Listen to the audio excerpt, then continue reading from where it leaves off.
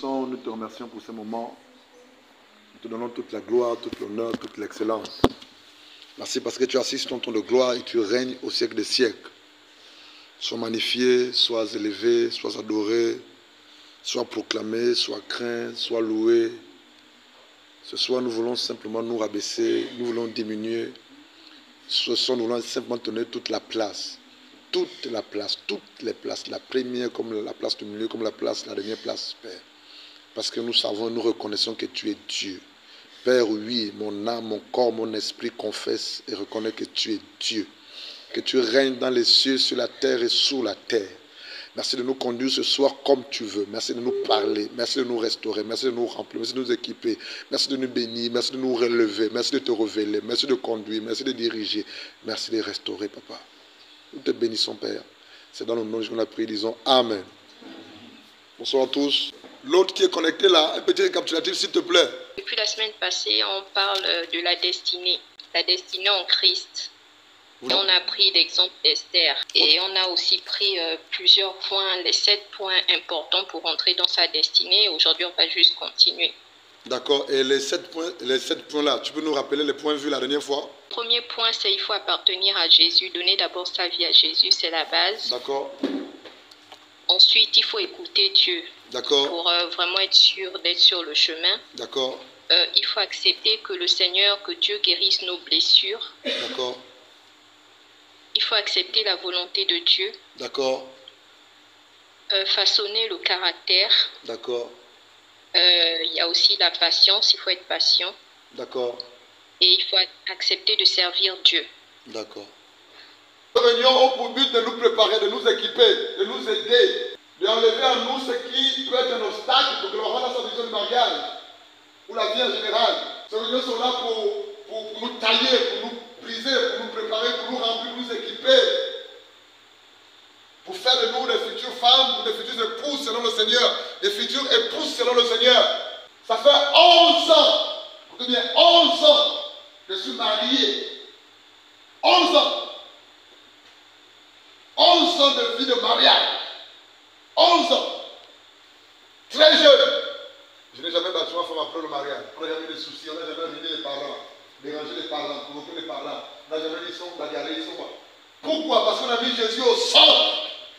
Non seulement on veut vous partager l'expérience qu'on a eue dans le Seigneur en tant que serviteur de Dieu, étant marié, mais aussi s'appuyer sur la base de la parole de Dieu pour que vos futurs foyers soient réussis.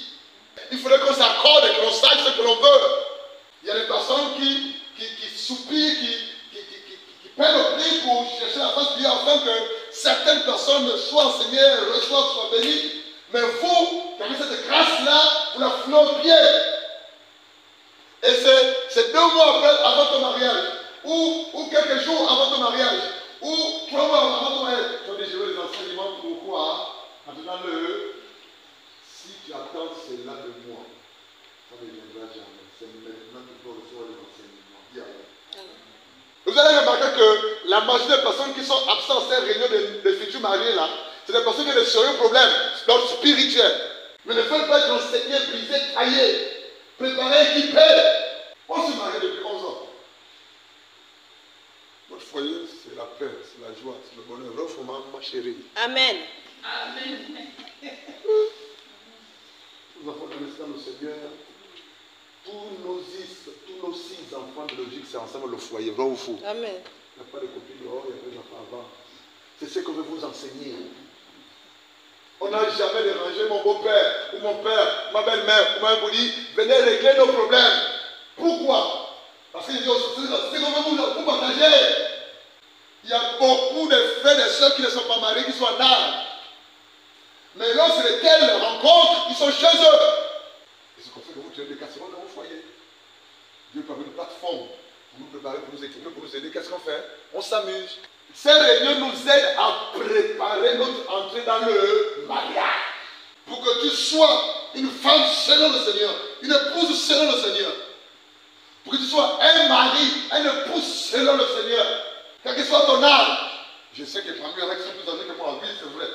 Mais quel que soit ton âge, à cause du fait qu'ils sont mariés, il y a certaines choses que j'ai en plus que toi. Dis Amen. Alléluia. On va prendre 5 minutes, 10 minutes de questions par rapport au partage passé. Ensuite, on va rentrer dans la suite du partage passé. Amen. Moi, j'ai des questions, mais c'est pas par rapport à l'enseignement de la semaine passée. D'accord. On va prendre des questions juste après, s'il te plaît. On va d'abord dire bonjour aux nouvelles personnes. Amen. C'est l'ambiance de la réunion. Hein? Alléluia. Ils vont se présenter, Il y a de nouvelles personnes. On va commencer par Laure. Tu as déjà assisté aux réunions, non? C'est la deuxième fois, oui. On va passer la parole à notre frère qui vient pour la première fois. Pour cette réunion, bien évidemment. Amen. La réunion des futurs mariés, 2 fois dans le mois. Oui, Ali, je te présente. Hein? Oui, amène le téléphone. C'est toi qui en parles.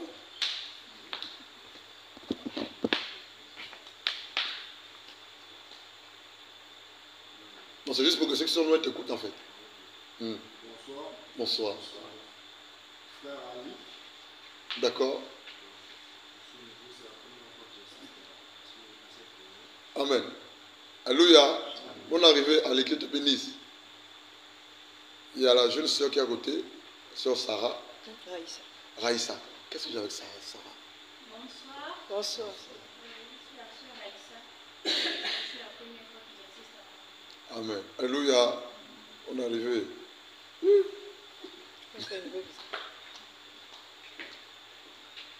Bonsoir. Bonsoir. Moi, je suis la sœur Leslie Esther. C'est la première fois que j'assiste à cette réunion. Amen. Bonne arrivée, sœur Leslie Esther. Que Dieu te bénisse. Amen. Ok, moi c'est le frère Blanchard à Mavungu. Amen. En tout cas, je suis là à toutes les réunions. Est-ce qu'on peut acclamer le Seigneur?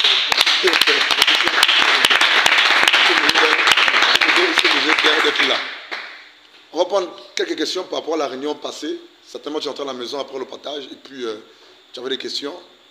Puis tu veux être éclairé ou avoir plus de demandes de réponses, tu es libre de les poser. Amen. Nous allons parler de comment préparer sa destinée. Nous avons pris comme appui le livre de Esther. Alléluia. Nous avons beaucoup échangé avec beaucoup de réactions. Est-ce que quelqu'un peut rappeler à la sœur Laure les 7 points? Dark, tu avais noté? Le premier point, c'est appartenir à Jésus. D'accord. L'appartenance à Jésus-Christ de Nazareth.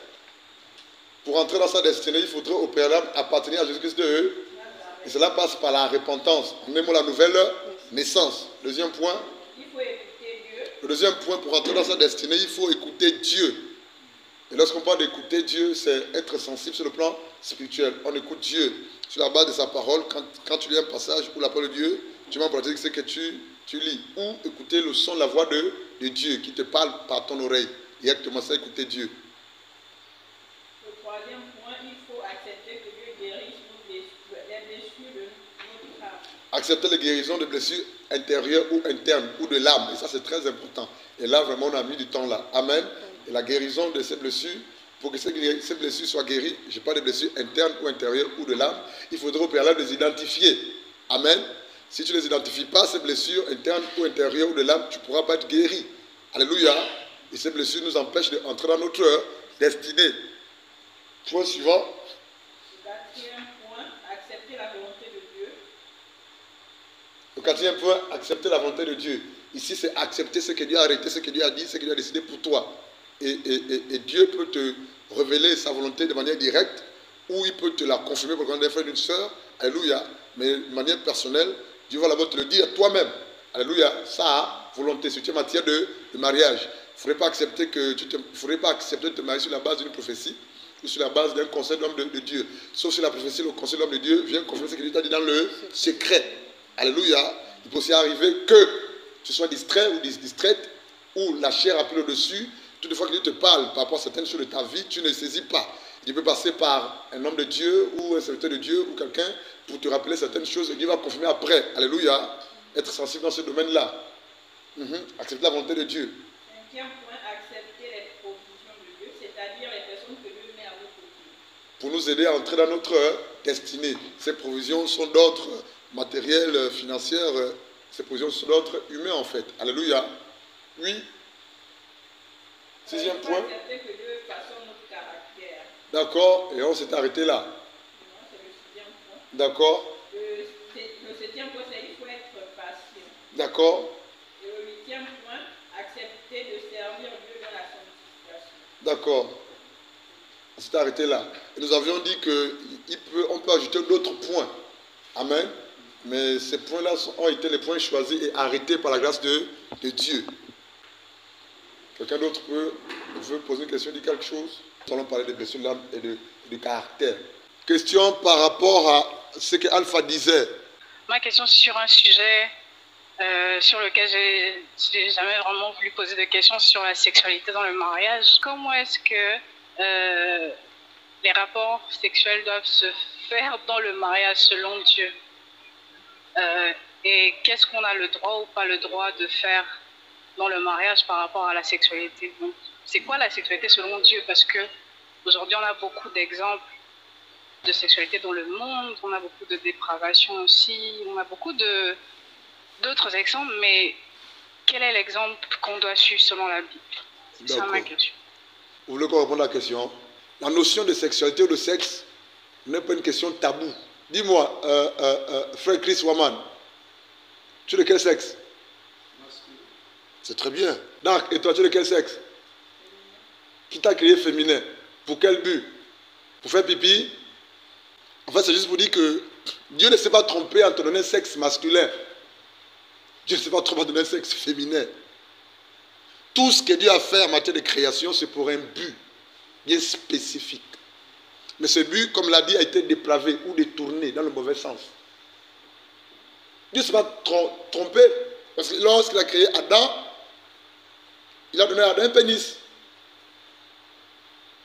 Est-ce que c'est clair? Dieu connaît. Là, qu'est-ce qui se passe? Dieu, par la grâce de Dieu, nous a dotés de ces différents sexes pour qu'on jouisse ça une fois dans le mariage. Mais le monde, la télévision, le diable et tout ces cortèges de démons nous poussent à faire des choses bizarres avec le sexe que Dieu nous a doté. Avoir des rapports sexuels avec un homme et une femme n'est pas un péché. Sauf si cela se fait hors mariage. Donc Dieu nous a doté d'un sexe. C'est pour que par la grâce de Dieu, tu jouisses de cela. Mais étant dans le mariage. Mais le monde nous a détruits en fait. Alléluia. Amen. Vous êtes un peu bizarre, hein? Ou bien c'est le point là qui vous un peu bizarre. On peut continuer. Que Dieu soit loué. Ça veut dire quoi? Allons-y, Genèse chapitre 2. Dis-moi le verset 7, s'il te plaît. Genèse 2, verset 7. Et l'Éternel Dieu forma l'homme, poussière du sol, et souffla dans ses narines une respiration de vie, et l'homme devint une âme vivante.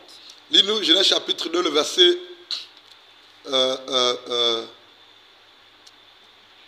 21 à 25. Allons-y. Genèse 2, 21 à 25. Et l'Éternel Dieu fit tomber un profond sommeil sur l'homme. Et il dormit, et il prit une de ses côtes, et il enferma la place avec de la chair. 22.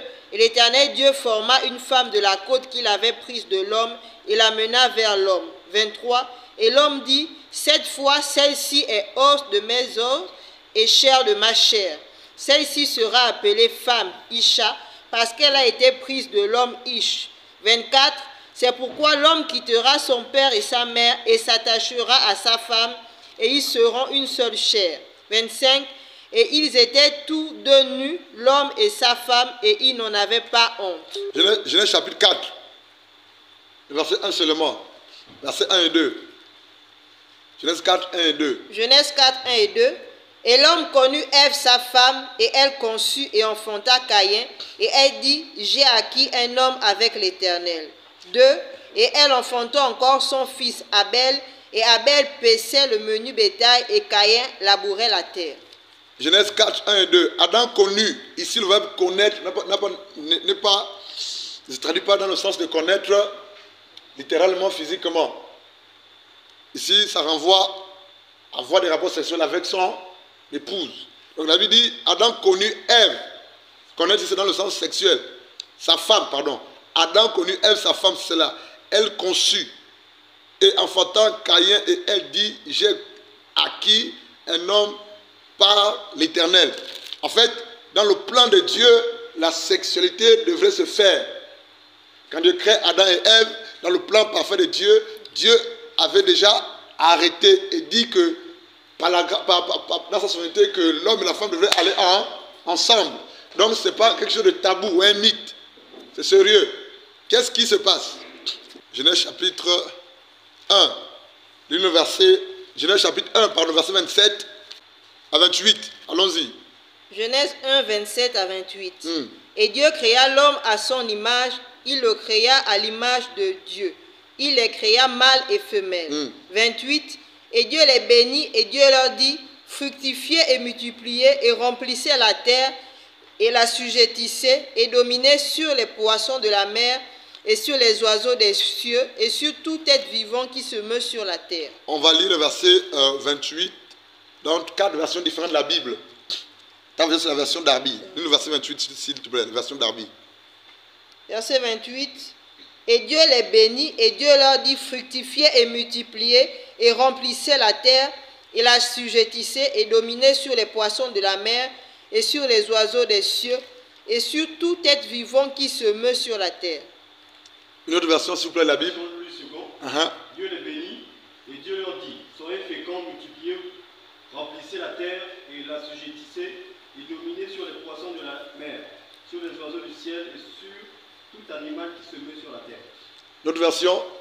Verset Martin. Et Dieu les bénit et leur dit, croissez et multipliez et remplissez la terre et la sujettissez et dominez sur les poissons de la mer et sur les oiseaux des cieux et sur toute bête qui se meut sur la terre. Relis s'il te plaît. Et Dieu les bénit et leur dit, croissez et multipliez et remplissez la terre et la sujettissez et dominez sur les poissons de la mer et sur les oiseaux des cieux et sur toute bête qui se meut sur la terre. Attention s'il vous plaît. Dieu les bénit et leur dit, reproduisez-vous, devenez nombreux, remplissez la terre et soumettez-la, dominez sur les poissons de la mer, sur les oiseaux du ciel et sur tout animal qui se déplace sur la terre. Alléluia. Nous avons lu dans Genèse 4 là-bas que Adam a connu sa femme sexuellement. Ils ont eu Caïn et Abel. Ça veut dire que dans le plan parfait de Dieu, après avoir doté l'homme et la femme d'un sexe, c'était pour aller ensemble afin de se reproduire. Est-ce qu'on est d'accord? Donc dire que, parce qu'il y a certaines personnes, une fois mariées, frères et sœurs dans le Seigneur, une fois mariés, la sœur ou le frère va dire non, j'ai fait un travail spirituel, je suis en haut de la montagne, je ne veux pas te donner. Ça c'est la sorcellerie. Hein. Ça c'est pas Dieu. Hein. Alléluia. Donc c'est prévu. Ça fait partie des bénédictions du mariage, les rapports sexuels. Et dans Genèse chapitre 1 ici, le verset 28, il est écrit, Dieu les bénit. Dieu bénit qui? Adam et Ève. Et Dieu leur dit, Dieu dit à qui? Soyez féconds. Être fécond ici veut dire croître.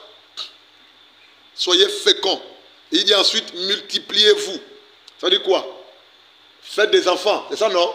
Il y a des enfants. Le mot c'est plektuno. Rempli, c'est multiplier. Par le canal, les rapports sexuels, une fois mariés, en mettant des enfants. Il dit, multipliez-vous. Remplissez la terre.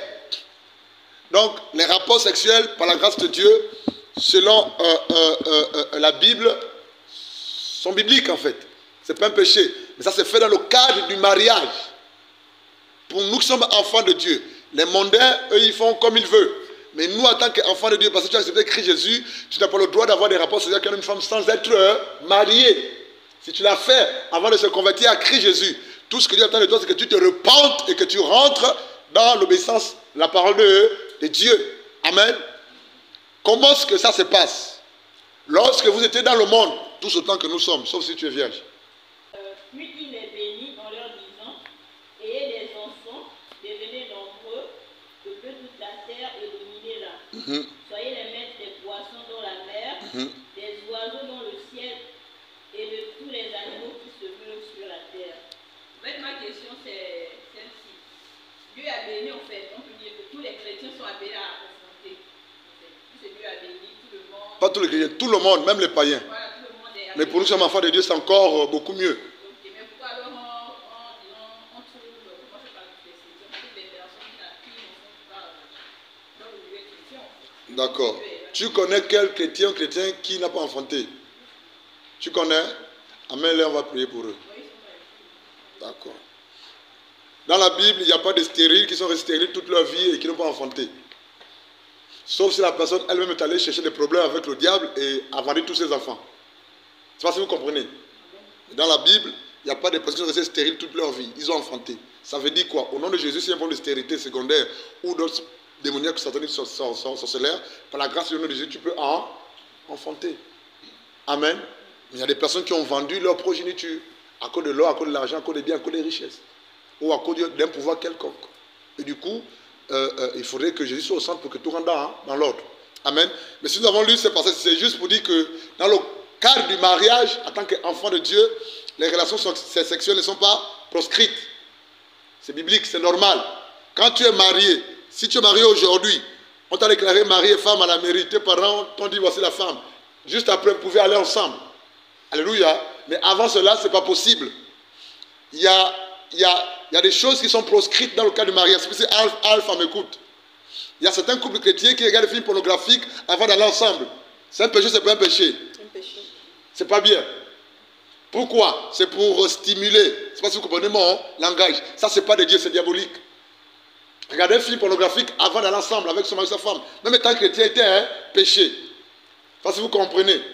Donc, il y a des choses étant mariées dans le Seigneur qu'on ne peut pas faire. Parce que ces choses se font dans le monde et c'est diabolique, c'est satanique en fait. C'est poussé par les démons en fait. Un autre exemple des choses qu'on ne peut pas faire. Étant marié, étant chrétien. Je suis obligé de prononcer les mots. Hein. Je peux. Vous me permettez? La fellation. Vous savez ce que c'est, non? Qui sait ce que c'est? On va être quand bizarre. Hein, pardon? Ils ne connaissent pas. Tu sais ce que c'est? Qu'est-ce que c'est? De prendre la femme par la main. Non. Non, ça c'est la sodomisation. Utiliser sa bouche en fait comme objet sexuel. C'est grave, ça c'est le monde. La sodomisation, la fellation. C'est masturber avant d'aller au lit pour s'exciter. Ça c'est le monde. C'est des pratiques qu'on a commises pendant qu'on était dans le... En tant qu'enfant de Dieu, nos relations sexuelles doivent être assainies et propres. Les préliminaires, c'est normal. C'est quoi les préliminaires? C'est passer la main à gauche, passer la main à droite, s'embrasser, c'est... Alléluia. Ça, si vous comprenez mon langage, ce qu'on appelle les préliminaires, oui. Mais les choses telles que se masturber avant, regarder un film pornographique avant, regarder un livre BD sexuel avant, ou se sodomiser avant, ça c'est pas de Dieu, c'est sale. Ça c'est pas de Dieu. Parce qu'il y a certaines personnes qui ne sont pas enseignées, une fois mariées, ils reproduisent les mêmes choses qu'ils ont commises dans le monde. Vous vous préparez pour que vous rentrez dans votre mariage de manière saine et propre selon le... Lorsqu'on fait des rapports sexuels étant marié dans le Seigneur, il y a des pratiques qu'on ne fait pas sexuelles. On ne peut pas parler avec beaucoup de précision, dire ce qu'il faut faire, ce qu'il ne faut pas faire. Parce que c'est sensible. Je ne sais pas si vous comprenez mon langage. Mais c'est une fois marié et ayant l'Esprit de Dieu va t'enseigner, va vous enseigner que à cause de Dieu, la parole de Dieu, l'amour de Dieu, la crainte de Dieu, il y a telle ou certaines choses qu'on ne peut pas faire. L'Esprit de Dieu va vous enseigner. Mais de prime abord, la sodomisation c'est proscrite. La masturbation c'est proscrite. Regarder un film pornographique avant d'aller ensemble, c'est pas bien. Quoi d'autre? La fellation c'est pas bon. C'est prendre le sexe de l'autre sucer ou bien aller derrière. Ça c'est la sorcellerie. Si tu le fais étant marié, c'est que tu es possédé. Et même étant mondain, si tu le fais, c'est que tu es possédé aussi. D'où il est nécessaire de se faire enseigner. C'est vraiment important. Parce qu'on a tendance à reproduire ce qu'on a fait dans le monde, dans le Seigneur étant marié, parce qu'on pense que c'est bien. Ce n'est pas de Dieu ça. Alléluia. Alléluia. Amen. L'Esprit de Dieu va vous enseigner. Je prends un exemple simple. Merci Seigneur. Lorsque je me suis marié, avant mon mariage, j'utilisais des préservatifs. Après le mariage, j'utilisais encore des préservatifs. Jusqu'à un certain moment où Dieu m'a dit clairement, par son esprit, Blanchard, arrête, c'est ton épouse. Parce que les préservatifs ont été créés pour quoi faire? Pour accélérer la prostitution. Tu es d'accord avec moi? Sur quelle base les créateurs du préservatif ont créé le préservatif? Qui veut répondre à la question? Oui, copain. Tout d'abord, c'est pour éviter les MST. Mais si on veut éviter les MST, ça veut dire qu'on veut faire la propagande de quoi? De l'impudicité sexuelle. Tu es d'accord avec ça? Oui. Bon, tu peux coucher avec qui tu veux, mais préserve-toi, vrai ou faux? Préserve-toi, pratique ton impudicité, commets l'adultère, fais tout ce que tu veux, mais préserve-toi. Par conséquent, tu vas voir les préservatifs, quand on a acheté cette arme cachée, tu vas aussi. Amen. Est-ce qu'on n'a pas l'idée d'utiliser un préservatif ou pas? C'est la question posée. Ils ont utilisé.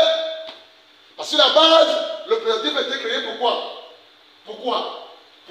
Aidez-moi, pourquoi? Pour pousser aux gens de vivre la débauche. Toi me dis, mais tu es marié, puis c'est ta femme, tu ne fais ça qu'avec elle. Vous avez le pôle du préservatif. Ça peut y aller. Bon, quand tu portes ça homme, en tant qu'enfant de Dieu, marié, qu'est-ce que l'Esprit de te dit? Est-ce qu'ils sont propres? Tu es calme. C'est pas bon. Et j'ai arrêté avec ça depuis des années. Oui, je sais que vous avez tous des questions. Je sais, c'est oui, vous êtes. Je sais. En fait, tu vas utiliser le pôle du préservatif. Tu vas dire, c'est quoi l'expression du roi, l'infirmière, la seule femme? Éviter quoi, les grossesses? Voyez l'expression. Les grossesses indésirées. Et puis c'est une sorte de contraceptif, c'est ça, non? Il faut porter les préservatifs. Mais sur quelle base les préservatifs ont été créés? C'est quoi même l'origine, l'histoire du préservatif à la base? Répartons la source. On veut la source. Est-ce que c'est pour éviter les grossesses précoces? Non. Hein? C'est pas équilibre d'aller avec qui on veut sans respect. Avec qui on veut sans respect pour éviter les maladies sexuellement transmissibles. Qui est l'auteur du préservatif? Le diable. Il a suscité qui voulait créer les hommes. Je vous rappelle qu'on va connaître l'enseignement de la dernière fois. Amen. Pendant un enseignement, la Bible déclare que le corps de la femme appartient au mari. 1 Corinthiens 9. Voilà. Et moi, en sachant que je suis dans cette période, que j'ai par exemple un bébé de 9 mois, mon mari veut de moi, que dois-je faire en ce moment? Bonne question. Tu vas dire à ton mari d'aller acheter le préservatif. C'est ça, non? Pour éviter la grossesse. On répond à la question. Alléluia. On répond à la question. Amen. Ok. Est-ce que c'est l'Esprit de Dieu qui t'a dit, dis à ton mari de lâcher le préservatif pour que vous fassiez les rapports sexuels? Il peut même te le dire. Parce que l'Esprit de Dieu, c'est Dieu. Il sait qu'à la base, l'histoire du préservatif est malsain et diabolique. Qu'est-ce que vous ne comprenez pas? Tu supportes. Ah. Oui, tu supportes. Jusqu'à ce que la mauvaise période passe. Mais là, c'est le mari. S'il a l'Esprit de Dieu, il va supporter. Amen. Maintenant, si vous voulez avoir des bébés de 2 mois d'écart, 2 mois d'écart, 2 mois d'écart, alléluia, gloire à Dieu, allez-y. Amen. Donc, du coup, il y a des pratiques sexuelles que nous, en tant qu'enfants de Dieu, étant mariés, ne peut plus faire. Parce qu'on est enseigné, parce qu'on a l'Esprit de Dieu, qu'on a la parole de Dieu.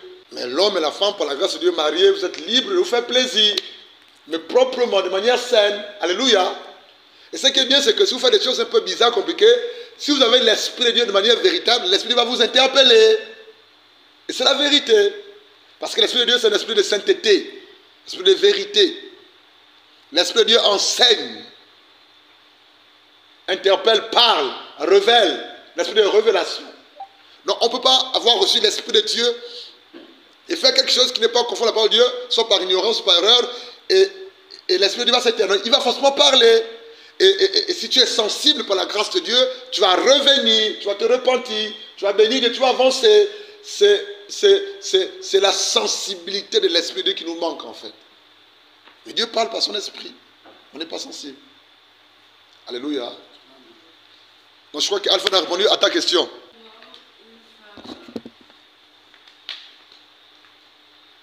Si D'accord. On répondra à la question plus tard. C'est sensiblement la même. Cette question est toujours posée en fait. Alléluia. Qu'il soit béni. On va commencer le partage. Allons-y. La dernière fois, nous sommes arrêtés au niveau de blessures de l'âme, c'est ça? Parlons des blessures de l'âme. Qui avait des questions par rapport aux blessures de l'âme? Qu'est-ce que c'est qu'une blessure d'âme ou de l'âme? Lorsqu'on parle de blessures de l'âme, cela renvoie à quoi? À une blessure intérieure ou interne. Et on ne les voit pas en fait les blessures de l'âme, physiquement. Mais la personne peut ressentir qu'elle est blessée. Et celui qui a l'Esprit de Dieu, par la grâce de Dieu, peut ressentir ou voir que tel est blessé. Et il y a plusieurs sortes de blessures de l'âme. On peut dire blessure de l'âme ou blessure intérieure. Pourquoi blessure de l'âme? Parce que l'âme est le siège des émotions. L'âme est le siège des sentiments. Alléluia, des pensées. Et effectivement, lorsqu'on parle de blessures intérieures ou internes, cela renvoie à ton âme. Et c'est ton âme qui est touchée pleinement. Parce que tu es composé d'un corps, d'une âme et d'un esprit. Le corps ne réagit que face au mouvement de ton âme. L'esprit, c'est du vent. Et l'esprit nous aide à être en contact avec le monde invisible, le monde des esprits, ou le Saint-Esprit. Voilà quoi. Mais c'est l'âme qui est le véritable toi, en fait, l'homme intérieur. Et lorsqu'on parle de blessures de l'âme, ce sont ces blessures-là qui affectent ton homme intérieur, ta personne interne, en fait. Et ces blessures-là sont même plus graves que les blessures physiques. Tu peux tomber et puis t'écorcher, et puis on met quelques points de suture. Ça peut aller, c'est physique, c'est rien du tout. Mais je vous assure que les blessures de l'âme sont plus dangereuses que les blessures physiques. Parce qu'on peut traîner et vivre pendant des années avec ces blessures-là. Il y en a plusieurs types de blessures. Ces blessures, souvent, on les a lors de notre enfance. Et on grandit avec. Et du coup, si on ne se laisse pas guérir par Jésus et par sa parole et par la puissance du Saint-Esprit, on ne va jamais guérir. Et du coup, nous sommes nombreux qui prions, qui avions de nos vies à Christ Jésus. Mais ces blessures sont toujours là. Je prends un exemple simple. Une blessure simple, l'abandon. Moi, mon père m'a abandonné. Donc du coup, pour moi, à l'époque, tous les papas sont méchants. Vrai ou faux? Et du coup, quand je voyais un jeune comme moi être dans c'est quoi le mot? Être en famille avec son père, sa mère, à moi, il y avait quoi? La jalousie. Donc, une blessure de l'âme peut entraîner et ouvrir des portes énormes. Énormes. Et si elles ne sont pas traitées ou guéries par la grâce de Dieu, je vous assure que ce sera compliqué. Tu auras du mal à entrer dans ta destinée. On va citer quelques blessures en vrac, citons-les. On va prendre 2 ou 3 et puis on va expliquer. Avant de passer au caractère. Citons-les, on peut les citer. Quelques blessures de l'âme. Le rejet. Le rejet. Quelqu'un, un homme, une femme, mettent au monde un enfant. Et du coup, papa et maman et l'enfant, ils ont peut-être 2, 3, 4 enfants. Mais l'un des enfants va se rendre compte qu'il est rejeté. C'est-à-dire que, c'est quoi rejeter? Non, c'est pas pareil qu'abandonner. Je dis ceci. Papa et maman sont ensemble. Et mettent au monde des enfants. Et puis il y a Pichou qui s'appelle un enfant. Il y a Bradley qui s'appelle un enfant. Il y a Copine qui s'appelle un enfant. Ils sont nombreux, hein. C'est quand on peut trouver dans la maison. Nanou, et puis on continue. C'est quand on peut trouver dans la maison. Samy, on continue. C'est quand on peut trouver dans la maison. Hein? Senso. Et puis, papa et maman, ils ont tous ces enfants-là. Senso, Nanou, Pichou, Copine, Nounou. Et puis, Nounou se rend compte qu'elle est rejetée. Non ou faux? Elle est rejetée. Mais il y a plus d'attention qu'on accorde à qui? À Nanou. Mais Nounou se sent rejetée. Nounou, c'est une fille, hein? C'est pas Nounou. Sans rejeter. Et Yuri dans son cœur nourrit quoi? La haine, la jalousie, la colère. Elle s'en rejetée. Elle va grandir avec ces sentiments-là de rejet. Et c'est la vérité de vraiment rejeter. Parce qu'elle a besoin de préférences en matière des enfants. Nous nous restons rejetés. Et puis nous nous grandissons avec ce rejet-là. Et nous allons penser que dans toutes les familles, c'est. Et puis elle va bâtir un foyer. Elle va se marier, elle va encore avoir des enfants. Et ce sentiment de rejet, qui n'a peut-être traité à la base, va être contaminé à ses enfants, c'est génétique, c'est dans les gènes. Donc les blessures de l'âme peuvent aussi affecter quoi? Hein? Les générations des gènes. Ça peut être aussi héréditaire, génétique. Donc nous avons l'abandon. Quelqu'un fait un enfant et puis là, abandonné. Pour lui, tous les papas, c'est des abandonneurs, entre guillemets, des déserteurs. Et tu grandis avec cette blessure. Et parmi nous, ce soir, ils sont nombreux qui ont été abandonnés, dans le fond. L'abandon, le rejet. Quoi d'autre? L'injustice. Tu subis de l'injustice, certainement. Et lorsque quelqu'un subit l'injustice, dans son fort intérieur, il est quoi? Blessé, attristé. Et tout ce qu'il a, cœur de faire, c'est quoi? C'est de vouloir se venger.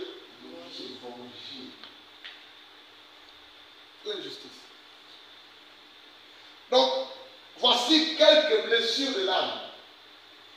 Mais ces blessures ouvrent des portes au diable et à l'ennemi.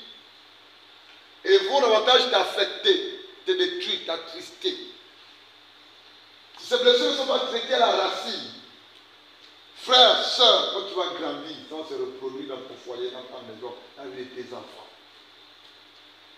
Mais quelle est la solution par rapport à ces blessures? Les blessures de l'âme ou les blessures intérieures?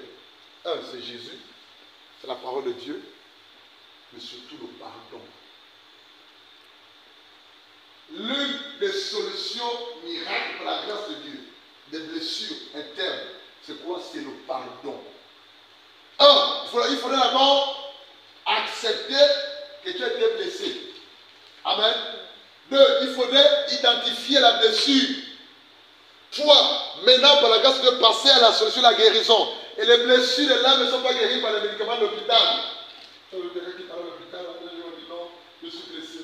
Et puis, moi, je suis blessé, on peut pas me donner le médicament pour que vraiment, ma blessure soit guérie, Esther.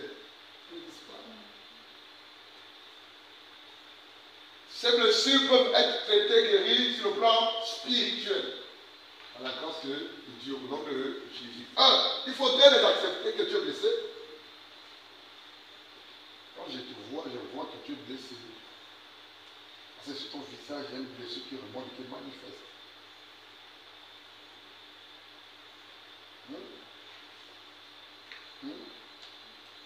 Parce que rien que l'expression de son visage me montre qu'elle est blessée. Pendant qu'on en parle, il y a une blessure qui avait fait surface. Et ça pèse dans son cœur. C'est laquelle blessure? Avançons. Il faudrait l'accepter, l'identifier. Maintenant, passer à la troisième étape. Qui consiste à quoi? Être guéri de pendant lui. Pardon. Il n'y a que Jésus qui peut le faire. Je t'assure que ces blessures des âmes, ou de l'âme là, ou intérieure là, sont des freins, un blocage énorme dans la vie de plusieurs enfants de Dieu que nous sommes. Ça va t'empêcher de rentrer dans ta destinée, dans ta bénédiction. Tant que ces blessures, de manière profonde, ne sont pas éradiquées, c'est même toi-même qui vas être à l'auteur de quoi? Du blocage de tes bénédictions. Il y a des mamans qui ont mis au monde, qui ont rejeté les enfants, vrai ou faux? Amen. Qui ont mis les enfants à la rue. Dehors, il y a des mamans qui ont eu 3-4 enfants et puis elles ont eu une relation. Et dans cette relation, ce monsieur a dit, je ne veux pas de tes enfants. Elle a privilégié quoi là? Relation que ses enfants. Les enfants étaient rejetés, abandonnés, délaissés. Et ça crée dans la vie de ces enfants quoi? La haine, la colère, la rancœur, Il vient de vouloir se venger. Je vous assure que l'une des choses que Dieu fait dans nos vies sur le plan spirituel, c'est quoi? Par la grâce de Dieu, c'est de nous guérir sur le plan interne, de ce interne. Là. Dieu veut nous guérir. Il faudrait d'abord accepter que tu es blessé. Oui, j'accepte que mon père m'a abandonné. Je suis pas le seul qui a été abandonné, vrai ou faux. Et maintenant, par la grâce de Dieu, je dois identifier la blessure. Reconnaître que ça me fait mal, mais que ça me détruit. Et par la grâce de Dieu, demander à Dieu de me donner la force de pardonner mon père. C'est ce qui s'est fait. J'ai pris mon épouse, nous sommes allés à son lieu de travail, on a connu, on est rentré. Papa, je te demande pardon. Parce que tu m'as abandonné. Et dans mon cœur, il y avait la haine, la colère. J'étais prêt à te faire du mal. Je m'étais dit que quand je te verrais, je vais te frapper. Et j'étais prêt à le faire. Oh, quand j'étais dans le monde, c'était compliqué. Mais j'ai donné ma vie à Jésus. Et par la grâce de Dieu, j'ai lu un passage. 1 Jean chapitre le verset 15. Que celui qui a la haine dans son cœur est un tueur. Demande pardon. Il a baissé la tête, il me dit, moi aussi, je te demande pardon. Je suis sûr qu'après avoir fait ça là, il y a quelque chose qui a été à la paix. Et là encore, je n'étais pas totalement guéri. C'est une guérison artificielle ou superficielle. Je m'explique. Parce que je n'avais pas encore véritablement oublié la douleur, la souffrance par laquelle j'étais passé dû à l'absence de mon père. Étant riche qu'il était, il a les moyens, mais moi j'ai galéré, j'ai souffert. Je m'étais dit que si je l'aurais reconnu, s'il m'aurait reconnu, je ne serais pas là. Je serais très loin. Mes études, j'allais très loin. Mais ce que j'ai oublié, c'est que Dieu a permis cela pour qu'il me forge un caractère, pour que je le connaisse. Il faut accepter. Même si tu ne comprends pas pourquoi est-ce que tel t'a blessé, identifie, accepte, pardonne et avance.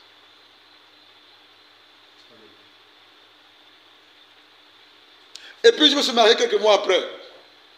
Et il y a un aîné dans la foi qui me dit, mais Blanchard, tu vas te marier, mais ton père est où? J'ai dit, non, il ne viendra pas. Il me dit, pourquoi? On n'a pas de relation. Il me dit, ça n'a pas de sens si tu organises un mariage et ton père biologique n'est pas, sauf s'il est mort. Sauf si même il ne veut pas venir. Alléluia. Mais tu dois lui informer. Mais là encore, c'est là que j'ai compris que je n'étais pas totalement guéri. Elle est là, c'est de quoi je parle. Pour aller le voir, pour l'inviter, c'était difficile. Mais Dieu a fait grâce. Je suis allé avec elle encore, je ne m'appelle plus trop. Puis je l'ai partagé la chose avec sa concubine. Il a dit, il viendra. Autre combat, il fallait maintenant convaincre ma famille maternelle pour qu'ils soient là, parce que c'était en guerre compliquée, parce qu'elle m'avait abandonné. Pourquoi? Parce qu'ils sont parentés. Mon père et ma mère sont parentés. Ils sont parentés même.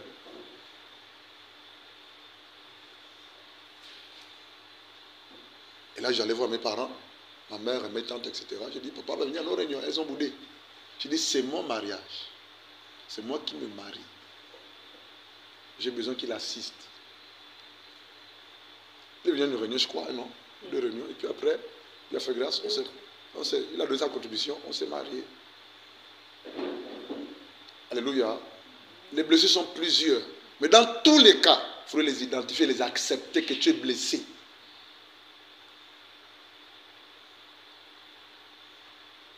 Amen. Les identifier. Les accepter. Demander à Dieu de te donner la force par son esprit et par sa parole de te guérir sur le plan interne et accepter et faire par la suite ce que Dieu attend de toi pour que tu sois totalement guéri. Je ne parle pas ici d'une guérison superficielle ou artificielle. Je ne parle pas ici d'une guérison artificielle, mais profonde. Jusqu'au point où quand tu verras la personne qui t'a blessé, ton cœur est en paix. S'il n'y a pas la paix dans ton cœur, face à la personne qui t'a blessé ou qui t'a détruit, quand tu la vois, quand tu le regardes, la personne, tu n'es pas totalement guéri. Amen. Alléluia. C'est que tu as abusé sexuellement par son père ou par sa mère, un fils par sa mère. Oui, il y a des papas qui abusent de l'enfant, vrai ou faux. Ou par un frère. Et puis grandissent avec ça. Et du coup, cette blessure est lourde et profonde. Et quand ils viennent dans le Seigneur, Dieu veut non seulement leur apporter le salut, la vie éternelle, mais aussi guérir leurs blessures internes pour qu'ils rentrent dans leur destinée, je veux dire. Question. Bonsoir d'abord, je suis frère Chris Waman. Bonsoir, frère Chris Waman. Vous avez parlé de vous avez pris l'exemple chez vous par rapport Une blessure. à l'abandon. L'abandon. L'abandon, oui. Mhm. Bon, la question est la suivante. Moi-même, j'en ai eu également des blessures. Nous tous en a eu. Alléluia. À quel moment vous avez su que, parce que vous avez dit que ce n'est pas au bout de quelques temps que vous avez su que vous étiez guéri. Mhm. Mais ce que je veux savoir, c'est à quel moment savoir que, bon, là, à ce moment, je parle d'abord de Vas-y. particulièrement, à quel moment vous avez su que là, je suis déjà guéri? Bonne question. Elle va répondre à la question. Moi, j'étais guéri. Tu l'as su, non? En fait, c'est comme il a dit, on peut se dire qu'on a été guéri parce qu'on allait vers la personne à demander pardon, mais en réalité, on n'a pas de paix intérieure, en fait. Quand on voit la personne ou lorsqu'on nous demande d'avoir un contact avec la personne, c'est difficile. On sent vraiment que ça ne passe pas, en fait. Et comme il disait, il a compris que ce n'était pas bon parce qu'il ne voulait toujours pas la présence de son père, bien qu'il soit allé vers lui pour lui demander pardon, en fait. J'aimerais également répondre par un témoignage en fait. Comme on peut dire qu'il n'a pas eu de blessure de l'âme, en fait, il se ment. C'est plus par rapport à un parent qui a fait quelque chose qui ne nous a pas fait du bien, en fait. Pour mon cas, il est arrivé que je grandisse avec, on dit souvent le père nourriture, c'est pour ça qu'on dit dans le monde, celui qui nous a élevés, en fait. Nourricier. Nourricier. Qui m'a pris depuis l'âge de 4 ans par la grâce, ce qui fait que ma famille paternelle, je ne la connais pas, je n'étais pas trop en contact avec eux en fait. Et après le mariage, on avait assisté à un culte, et pendant ce culte-là, le frère qui avait partagé m'a insisté sur les blessures de l'âme. Il va nous donner une alternative en disant que ceux qui reconnaissent qu'ils sont blessés, avant la fin, c'était un dimanche, avant la fin de cette semaine, que chacun aille régler cela. Et vraiment, pendant que le frère prêchait, ça chauffait en moi. Je réalisais que vraiment il y a un souci. Aussi, c'était lequel? Vu que je n'ai pas trop été en contact avec cette famille-là, pourtant ils étaient sur place, quand je passais seulement par le quartier en fait où ils habitaient, je vous assure que c'était une colère qui montait, bien que je ne voyais personne d'entre eux. Mais quand je passais par là, vraiment c'était compliqué. Et ce jour-là, quand nous sommes rentrés, j'ai vu mon mari et je lui ai expliqué la situation. Je ne me rappelle plus s'il m'a accompagnée ou je suis allée toute seule. Et j'ai pris mon courage, mais il fallait vraiment réfléchir. Le lundi est passé. Je pense que c'était mardi ou mercredi, je me suis résolue. Tu es allé seul? Seigneur, il faut que j'aille. Je me suis levée, j'ai pris mon taxi et je suis arrivée sur place. On était ensemble. On était ensemble. Nous sommes allés sur place. C'était la première fois qu'il était en contact avec eux par la grâce de Dieu. Oui. Et je vous assure que quand je suis arrivée, c'était vraiment comme une paix en fait. J'ai réalisé que c'était au moins un souci en fait. Avant, quand je les vois, c'était une colère qui remontait. Et ce jour-là, le Seigneur m'a rempli de paix. Et j'ai pu discuter avec eux vraiment simplement, en oubliant tout ce par quoi je suis passée. Amen. Donc c'est pour dire qu'en réalité, on sait, lorsqu'on n'est pas encore guéri. Ce n'est pas quelque chose qu'on peut m'expliquer. Tu sais, lorsque tu es dans une situation, tu sais que tu n'es pas guéri. Il n'y a pas de paix, il n'y a pas de joie. Il y a un fardeau en fait, au fond de toi. Amen. La clé de la guérison par rapport aux blessures internes de l'âme. La première clé, on a ajouté d'autres clés, c'est le pardon. Même si c'est toi la victime, c'est à toi de commencer à pardonner et d'aller demander pardon. N'attends pas que l'autre vienne te demander pardon. Alléluia. Maintenant, si la personne est morte, ou la personne est trouvable, ou loin, alléluia, dans le secret, avec dans la prière, pardonne la personne véritablement. Alléluia. Et si maintenant cette blessure-là t'empêche de poser un acte concret, ou à chaque fois que tu veux poser un acte concret, tu as comme de ressentiment, ou de remontée, ou de regret, ou de difficulté, ça veut dire que ce n'est pas encore guéri en fait. Alléluia. Il y en a plusieurs types de blessures. On a seulement 3 ou 4 aujourd'hui. Il y en a plusieurs. L'abandon, le rejet, l'injustice, la trahison. C'est ça, non? C'est une blessure. La déception. J'étais trahi. 2 personnes sont mariées, mari et femme. Il y avait une telle confiance dans le foyer. Et le mari commet l'adultère. La femme va comme se sentir comment? Trahi. Il y a une blessure dans son cœur, dans son âme. Mais pour qu'elle regagne à nouveau la confiance ou qu'elle ait confiance à nouveau envers son mari, ce sera clair. Mais elle doit savoir que si elle ne le fait pas, son danger, son foyer en danger, ses enfants, sa descendance, sa postérité. Elle doit pardonner. La déception. Tu as été déçu. Et dans ton cœur, il y a des pincettes. C'est rouge. Tu saignes ton âme. Tu dois demander pardon. Et accepter le pardon des autres. Et aller de l'avant parce que ton salut en dépend, tes bénédictions, ta destinée en dépend. Alléluia. La Bible dit que l'Esprit de Dieu nous enseigne toutes choses. Ça fait partie des fonctions du Saint-Esprit ou du ministère du Saint-Esprit ou de l'œuvre de l'Esprit de Dieu en nous. Qu'est-ce que l'Esprit de Dieu te dit par rapport à ta prise de décision? Dieu veut nous guérir ce soir. Alléluia. Il a commencé à le faire. Bonsoir, moi c'est Maman Viviane.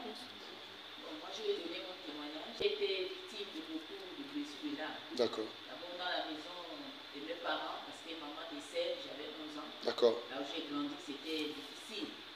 Et quand je mets ma première fille au monde, mon frère il me chasse de la maison. Avec un bébé de 2 semaines. Donc quand je parle, là, voilà la haine là qui est là dans mon cœur. Je suis restée avec cette haine pendant combien d'années, je ne sais. Mon aîné passait, je passais. Jamais je lui disais bonjour. Jusqu'à ce que je rentre dans mon mariage. Et quand je rentre dans mon mariage, quand mon mari me dote, c'est lui qui prend la dot. Wow. Il dit non, j'ai souffert avec l'enfant là. Que Dieu le bénisse. Il a pris tout. Il n'a pas donné aux autres. C'est comme ça que j'étais pourchassée avec des enfants. Wow. Quand je dors, je suis à cause de la dot. Ouais. Voilà la haine qui est encore là. Ça montait. Maintenant, les années après, j'accepte le Seigneur. Amen. Quand j'accepte le Seigneur, il fallait aller demander pardon à mon aîné. Alléluia. Mais c'était compliqué. Pourtant, c'est lui qui a mal agi. C'est lui qui a mal agi. Mais Dieu te dit, va demander. Aller vers lui. Amen. Voilà comment il fallait être là, prier, comment faire. Voilà comment il organise son événement caritable. Je rentre dans un travail de paix. J'ai dit, Seigneur, donne-moi la force d'aller vers ce temps. L'occasion est venue. C'est comme ça que j'ai acheté des bouteilles de vin, comme il est païen, des whisky. J'ai profité de l'occasion pour aller à son mariage. Demander pardon à mon frère, donner ma participation. À partir de ce jour-là, c'est comme ça qu'il n'y avait plus de colère entre mon frère et moi. Et le deuxième témoignage, c'est mon mariage. Mon mari, en tout cas, quand je sors de mon foyer, c'est pas que je n'aimais pas mon mari. D'accord. C'est parce qu'il me trompait. D'accord. Et je l'avais toujours avec une femme comme ça. Et il a eu le courage de me dire que non, celle-là, c'est ta femme. Donc, cette même nuit-là, je n'avais pas dormi. J'ai maudit cette fille-là. Je demande pardon à Dieu parce que j'ai maudit cette fille-là jusqu'aujourd'hui. Je ne sais pas cette fille-là, ce qu'elle vit. J'ai dit à Dieu, je me suis repenti, j'ai dit à Dieu, peut-être que tu avais agréé, mais je me maudis. Parce que j'ai souffert avec ce homme. Depuis le jeune âge jusqu'à la vieillesse. Et c'est cette femme-là qui vient de détruire mon foyer. Donc quand je sors de mon foyer, ce n'est pas que je n'aimais pas mon mari. Je me suis dit que non, je pars fâché, il va me suivre, mais jamais il m'a suivi. C'est comme ça que j'ai eu la rancœur. Et cette rancœur s'est manifestée comme à chaque fois que je croisais cette fille-là, j'avais des battements de cœur. Wow. J'avais des battements, je n'avais pas la paix. Jusqu'à ce qu'un jour, normalement j'avais des pensées de me repentir, mais je m'en obéis. Voilà comment Dieu allait toucher une soeur. Venir me parler. Il va dire à cette femme-là de se repentir. Amen. Toutes les paroles de malédiction qu'elle a prononcées à cette femme-là, qu'elle libère ça, qu'elle se répande. Quand elle est venue me dire, j'ai dit, oh, je vais faire ça comment? Une personne qui m'a arraché le mari, je me retrouve avec les enfants. Dans la souffrance, je vais demander, elle me dit, maman, c'est le Saint-Esprit qui parle, c'est Dieu. C'est comme ça que ça a roulé comme ça, papa. Ce n'était pas facile. À chaque fois, même au loin là-bas, quand je aperçois la fille là, le cœur bat. Qu'on le monte. L'homme aussi pareil, parce que j'ai amené mon mari jusqu'au tribunal. C'était la même chose. Et Dieu m'a fait grâce. Amen. Je suis rentrée dans un travail de prière. J'ai dit, Seigneur, donne-moi la force. Donne-moi la force. Jusqu'à ce qu'un jour, je vois cette fille dans le marché, j'ai l'index. Pourquoi? Parce que quand les enfants allaient là-bas, elle menace les enfants, elle chasse. Quand les enfants sont malades, elle dit non, venez ici, là, c'est pas pour prendre l'argent, et quand vous êtes malade, machin. Donc je l'ai indexé dans le marché, on a failli même changer. C'est comme ça qu'on a parlé. Je l'ai dit non, viens à la maison. Elle a eu le courage, elle est venue chez moi. On s'est assis, et les enfants, et moi et elle a amené sa soeur. C'est comme ça qu'on a parlé, Après, je l'ai demandé pardon. Elle m'a demandé pardon, elle a demandé pardon aux enfants. Les enfants se l'ont demandé pardon. Papa, après ce acte-là, jusqu'au jour d'aujourd'hui. Parce que l'année qui suivait, j'ai pris mes enfants, j'ai envoyé chez eux la grâce, puisqu'elle n'a pas d'enfant. Et depuis ce jour-là jusqu'au jour d'aujourd'hui, j'ai la paix. Même les gens qui m'ont vu le dernier temps par échanger avec cette femme-là, me disaient, mais quand tu as quel cœur? Je dis non, c'est pas moi, c'est le Saint-Esprit. Non, mes soeurs, mes frères, ce n'est pas impossible. Il faut seulement demander la force à Dieu. Alléluia. Alléluia. Alléluia. Amen. Esther Leslie a été victime d'une blessure qui s'appelle la déception. Ton âme est blessée, ton âme est déçue en fait. Parce que tu attendais que les personnes à qui tu as fait du bien, soutenu, aidé pendant leur temps difficilement difficile, et lorsque toi tu étais dans cette même situation, dans cette situation, tu n'as pas reçu de retour ou la même chose. Et la personne que tu as prise ne plaît pas à Dieu en fait. Tu pêches. Et c'est toi qui en souffres. Et eux là-bas, ils vivent. Ils sont contents. Ils sont en paix. Donc, à cause de ton salut et de la relation que tu as avec Dieu, il faudrait véritablement par la grâce de Dieu demander pardon à Dieu et leur demander pardon. Parce que tu n'es pas en paix. La chose c'est que tu fuis Franceville. Pourquoi tu fuis Franceville? À cause de cette situation. Et Dieu permet que tu viennes ici pour que tu sois guéri. Amen. Ça va? La clé numéro 1, par la grâce de Dieu, pour que telle ou ta blessure interne ou de l'âme soit guérie, reconnaître que tu as été blessé, identifier la blessure et demander pardon à Dieu et pardonner ceux qui t'ont blessé. Si tu ne le fais pas, rien ne se fera. Et ce qui prouve que tu n'es pas guéri, et ce qui montrerait que tu es guéri, c'est quoi? C'est les sentiments que tu auras dans de toi après avoir demandé pardon à la personne ou à Dieu en fait. Quand tu vas voir la personne, ou quand tu vas poser l'acte, ou quand tu vas être en face de la personne, quel est l'état de ton cœur? La réaction de ton cœur, tes sentiments, tes émotions. Tes émotions qui vont déterminer véritablement si tu as été guéri ou pas.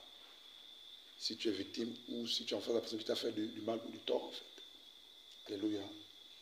Donc, c'est aussi une blessure, la déception, elle était déçue. Déception maritale, déception relationnelle, déception quoi. Alléluia. Oui, femme. Je voudrais dire par la grâce de Dieu à la sœur Esther que l'une des erreurs qu'on fait souvent dans le Seigneur, c'est qu'on oublie que tout ce qu'on fait, c'est au Seigneur et non aux hommes en fait. Ce qui fait que lorsque l'homme ne fait pas en retour, ça nous blesse. Et si tu réalises que tu le fais à cause du Seigneur, quel que soit ce qui arrivera, tu seras forte en fait. Amen. Réalise cela, force-toi en te disant que tout ce que tu fais, c'est parce que tu as connu le Seigneur et que tu sais que ce que tu fais est agréable au Seigneur. Et ce n'est pas à cause de ces personnes-là que tu le fais en fait. Et si tu fais comme ça, tu vas te rendre compte que ils reconnaissent ou pas, par la grâce de Dieu, tu seras debout en fait. Et Dieu reconnaît que ce que tu fais, c'est pour lui et c'est bien. Amen. Il est écrit que dans Romains 14 là-bas, si tu sais faire ce qui est bien, que tu ne fais pas, tu commets que tout ce que l'on fait, que tout ce que tu fais étant dans le Seigneur, fais-le pour la gloire de eux. Les hommes ne reconnaîtront jamais. Frère, sœur, les hommes ne reconnaîtront jamais ce que tu as fait pour eux, par amour pour le Seigneur, par amour pour eux, au nom de Jésus. Ils ne reconnaîtront jamais. Une moindre erreur, un moindre problème, un moindre souci, ils vont tout oublier. Et c'est dans de tels moments qu'on réalise qui est qui. Et que l'on réalise si vraiment on est de nouveau, si on est mature dans le Seigneur. Alléluia. C'est la vérité. Mais si c'est pour Dieu, continue à le faire. Il n'entend rien en retour. On va lire un passage que j'ai. 1 Chronique 29, 12 et 13. 1 Chronique, chapitre 29. 12 et 13. Verset 12 et 13. C'est de toi que viennent la richesse et la gloire. C'est toi qui domines sur tout. C'est dans ta main que sont la force et la puissance. Et c'est ta main qui a le pouvoir d'agrandir et d'affermir toutes choses. 13. Maintenant, ô notre Dieu, nous te louons et nous célébrons ton nom glorieux. La richesse et la gloire viennent de toi, Éternel. Tu as la domination sur tout. La force et la puissance sont dans tes mains, viennent de toi. Le relèvement vient de toi. Alléluia. Et en ta main est le pouvoir d'agrandir et de fortifier toutes choses. Que Dieu te fortifie. Que Dieu vous fortifie. Que Dieu vous relève. Que Dieu vous guérisse. Que Dieu te guérisse en matière de blessures internes au nom de Jésus. Que tu puisses et arrives à pardonner à ceux-là qui t'ont offensé, blessé. Si tu étais victime, je dis quelque chose un instant, si tu étais victime des viols, que Dieu te guérisse et que tu pardonnes ceux ou celui qui t'a violé. Si tu étais abandonné, que Dieu te guérisse. Que Dieu te donne la force de pardonner celui qui t'a abandonné. Si tu étais rejeté, que Dieu te guérisse, qu'il te pardonne. Et que tu pardonnes celui qui t'a rejeté. Si tu étais déçu, oui, les hommes déçoivent toujours. Mais Jésus-Christ dit, moi je vais te décevoir. Et les yeux sur Christ, Jésus fonce, serre-le, adore-le, crains-le. Alléluia. Ta récompense vient de Dieu, de Dieu seul. Et c'est ça être chrétien.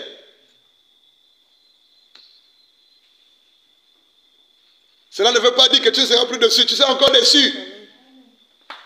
Mais par la grâce de Dieu, Dieu va te fortifier, Dieu va te relever. Et tu ne vas plus considérer ça comme tu le considères étant dans le monde. Alléluia. Tout nous vient de Dieu. La force, la restauration, le pardon, la richesse, l'abondance, le courage, la détermination, la guérison des blessures internes, comme des blessures physiques. Tout nous vient de Dieu. Mais fais ta part. C'est quoi ta part? Je vous assure que les blessures internes ne peuvent pas être guéries si tu ne pardonnes pas de tout ton cœur. Si tu fais ce qu'on appelle la fuite des bœufs, c'est quoi la fuite des bœufs? Fuir les problèmes. Fais seulement les résoudre. Ça va te rattraper devant. Pardonne. Ça fait mal, pardonne. Véronique veut dire quelque chose. Bonsoir, sœur Véronique. Dans le cas où la personne qui t'a fait du mal est morte, c'est fini. La personne est morte, non. Mais c'est toi qui as le problème encore. Stop. Adieu. Tout simplement. Amen. Pas besoin de dire, je pardonne le mort. Non. Si tu es mort, c'est fini. Maintenant, toi-même, pardonne. Alléluia, de ton cœur. D'abord à Dieu. Et puis accepte que ce qui est fait est fait. Et puis tu passes aux choses nouvelles. Ce qui est en Christ, c'est une nouvelle. Les choses anciennes sortent. Tu te souviens acceptons d'être récréés, d'avancer avec le Seigneur. Et dans le ministère, dans le service que tu fais pour Dieu, tu vas être beaucoup déçus et blessés. C'est quoi être susceptible? Susceptibilité, qu'est-ce que c'est? La susceptibilité, ou lorsqu'on dit que cette personne est susceptible, c'est qu'elle se laisse offenser pour si peu. Elle est hypersensible. Elle se laisse vexer pour si peu. Elle se laisse blesser pour si peu, la personne. Elle est irritable pour si peu.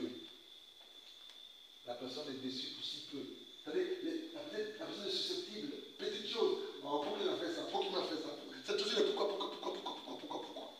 Il considère tout. Même ce qu'il ne faut pas. Hypersensible.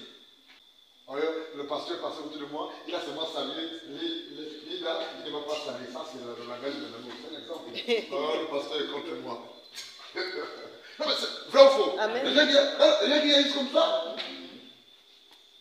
Mais peut-être qu'il voulait saluer à ceux parce qu'il va les saluer, donne la puissance en eux. Mais toi, c'est autre chose. Mais toi, tu vas penser, puis tu vas analyser à ta manière. Il ne m'aime pas. Il ne m'a jamais aimé. Même quand il me regarde, dans son regard, il n'y a pas l'amour du pasteur là. C'est ça que tu es susceptible. Tu es irritable facilement. Tu es sensible. Tu es hypersensible. Tu te laisses vexer aussi facilement. Si peu te rend aigre ou aigri, si peu, hein? Cela montre que tu es immature. C'est pas si Manu me comprend. Petite chose, te rend. Tu baisses ta triste. Et du coup, nous serons des portes à qui? À l'ennemi. La susceptibilité est une porte ouverte aux démons et à l'ennemi. Parce que pour si peu, tu vas te vexer. Pour si peu. Même pour les choses où tu n'as pas besoin d'être vexé, tu es vexé, vrai ou faux? Ça n'a pas de sens. Tu es tellement sensible. Tu considères tellement tout. À tel point où, même ce qui n'est pas important, toi tu considères ça. pourquoi quand le pasteur prêche, pourquoi ici c'est le nom de Leslie, c'est pas mon nom. Mais où est le problème? Qui a encouragé ce soir-là? Qui est béni ce soir-là? Dieu est en train de nous préparer en fait.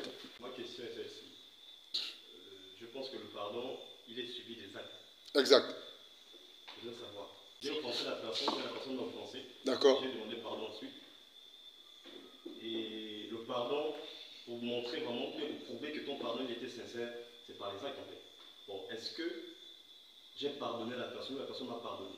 Est-ce que c'est obligatoire d'avoir une relation avec la personne? Non. De couper les ponts? Non. C'est-à-dire que... Pardonner et couper les ponts, c'est possible. Oui, c'est pas possible, c'est biblique. Mais le pardon, là, est-ce que j'ai pardonné? C'est normal qu'on doit faire la même chose. C'est pas obligatoire. En fait, c'est quoi le pardon? Le pardon est à la fois vertical et horizontal. Tu comprends, non? C'est l'œuvre de la croix, le pardon. En fait, le fait que Christ soit crucifié à la croix, ce n'est pas un hasard. Il y a tout un enseignement par rapport à l'image de la croix. La croix physique, je veux dire. Lorsque Christ meurt à la croix, le sens vertical, là, alléluia, c'est la relation que toi et moi, en tant qu'humains sur terre, doit avoir avec Dieu. Et cela passe par le pardon également qui va du sens vertical vers Dieu. Dieu doit nous pardonner. Et le pardon est aussi du sens horizontal entre nous, hommes, frères et sœurs, même mondains païens en fait. Voici les deux niveaux du pardon. Mais qu'est-ce qui se passe le plus souvent? Nous pardonnons dans un seul sens. Nous demandons pardon dans un seul sens de Dieu. Nous avons du mal à demander pardon à ton prochain. Ton pardon n'est pas complet. Donc pour que ton pardon soit complet, demande pardon à Dieu. Et quand il te pardonne, il va forcément te dire, va demander pardon à ton prochain. On ne peut pas être en bonne relation avec Dieu sans être en bonne relation avec ton prochain. Dans le sens du pardon. Maintenant, une fois que Dieu nous a pardonné et que j'ai demandé pardon à mon prochain, à mon frère, à ma soeur, c'est moi qui vais vers la personne pour demander pardon. Que la personne accepte mon pardon pas. Ce qui est plus important, c'est que moi, je fais le premier et mon pardon est sincère et Dieu me pardonne. Qu'il accepte ou qu'il n'accepte pas cet homme-là ou cette personne-là, ce n'est pas mon problème. Maintenant, une fois que je demande pardon et la personne m'a accepté le pardon, Dieu m'a pardonné en premier, je ne suis pas obligé d'être en quoi? Relation. Avec la personne. C'est différent si c'est dans le cas du mariage. On est marié, on demande pardon, on est forcément obligé à être ensemble. Parce qu'on est marié, c'est pour toute la vie. Je ne sais pas si vous comprenez mon geste. Mais pourquoi vous souriez? Ils sont surpris. Maintenant, si c'est entre frères et sœurs dans le Seigneur, ou parents, amis et connaissances, sur la base de ce qu'il te dira, tu vas agir en fait. Mais tu n'es pas tenu et tu n'es pas obligé d'avoir les mêmes relations que tu as avec la personne à qui tu as demandé pardon. Sauf si Dieu te l'oblige. Est-ce que tu vois un peu? Maintenant, si tu demandes pardon à ton frère ou à ta soeur ou à ton parent ou à ta mère ou à ton oncle ou à ta tante ou à ton ami, et que quand tu vois la personne, tu es toujours aigri ou le cœur bat boum boum boum, c'est que tu n'as pas pardonné. Pardonne sincèrement. Mais tu n'es pas obligé de recommencer les mêmes choses que tu faisais avec la personne avant. Je prends un exemple simple. Si deux frères dans le Seigneur étaient amis, c'était des compagnons d'eux. Parce que souvent, c'est deux de nos frères ou faux. Amen. Amen. Toi, ton ami dans le Seigneur, c'est qui c'est? Ton frère, que tu avec, tu partages tout bien. C'est qui c'est? Présentement. Ça dépend de toi même avant ou maintenant. C'est qui? Ah, d'accord. Si, exemple, tu as eu des accrochages avec, c'est un exemple, hein, et que tu as demandé pardon, et que le pardon est accepté. Amen. Dieu peut te dire, éloigne-toi de lui. Parce que Dieu connaît le fond de la personne. Si les mêmes choses vont se reproduire, et tu n'avanceras pas, tu feras du surplace. D'où la notion d'éviter les mauvaises compagnies. Même dans l'église, on n'est pas amis aux frères et sœurs dans le désordre. On est tous frères et sœurs. Mais est-ce qu'on a le fond de chacun dans nous ici? Non. Est-ce qu'on a la relation de chacun dans nous aussi? Non. Mais tu verras que Dieu aura tendance à te connaître vers un frère et une sœur avec qui vous parlez, mais qui va plus t'édifier, te bâtir, effectivement, c'est mieux le Seigneur. Si c'est les copinages, si c'est les on a dit, si c'est les manger, boire, c'est tout. Vous n'allez pas avancer. Donc après le pardon, Dieu peut te dire... Pardon? On n'entend pas bien. Il est resté là-bas. C'est lui qui ne suit pas.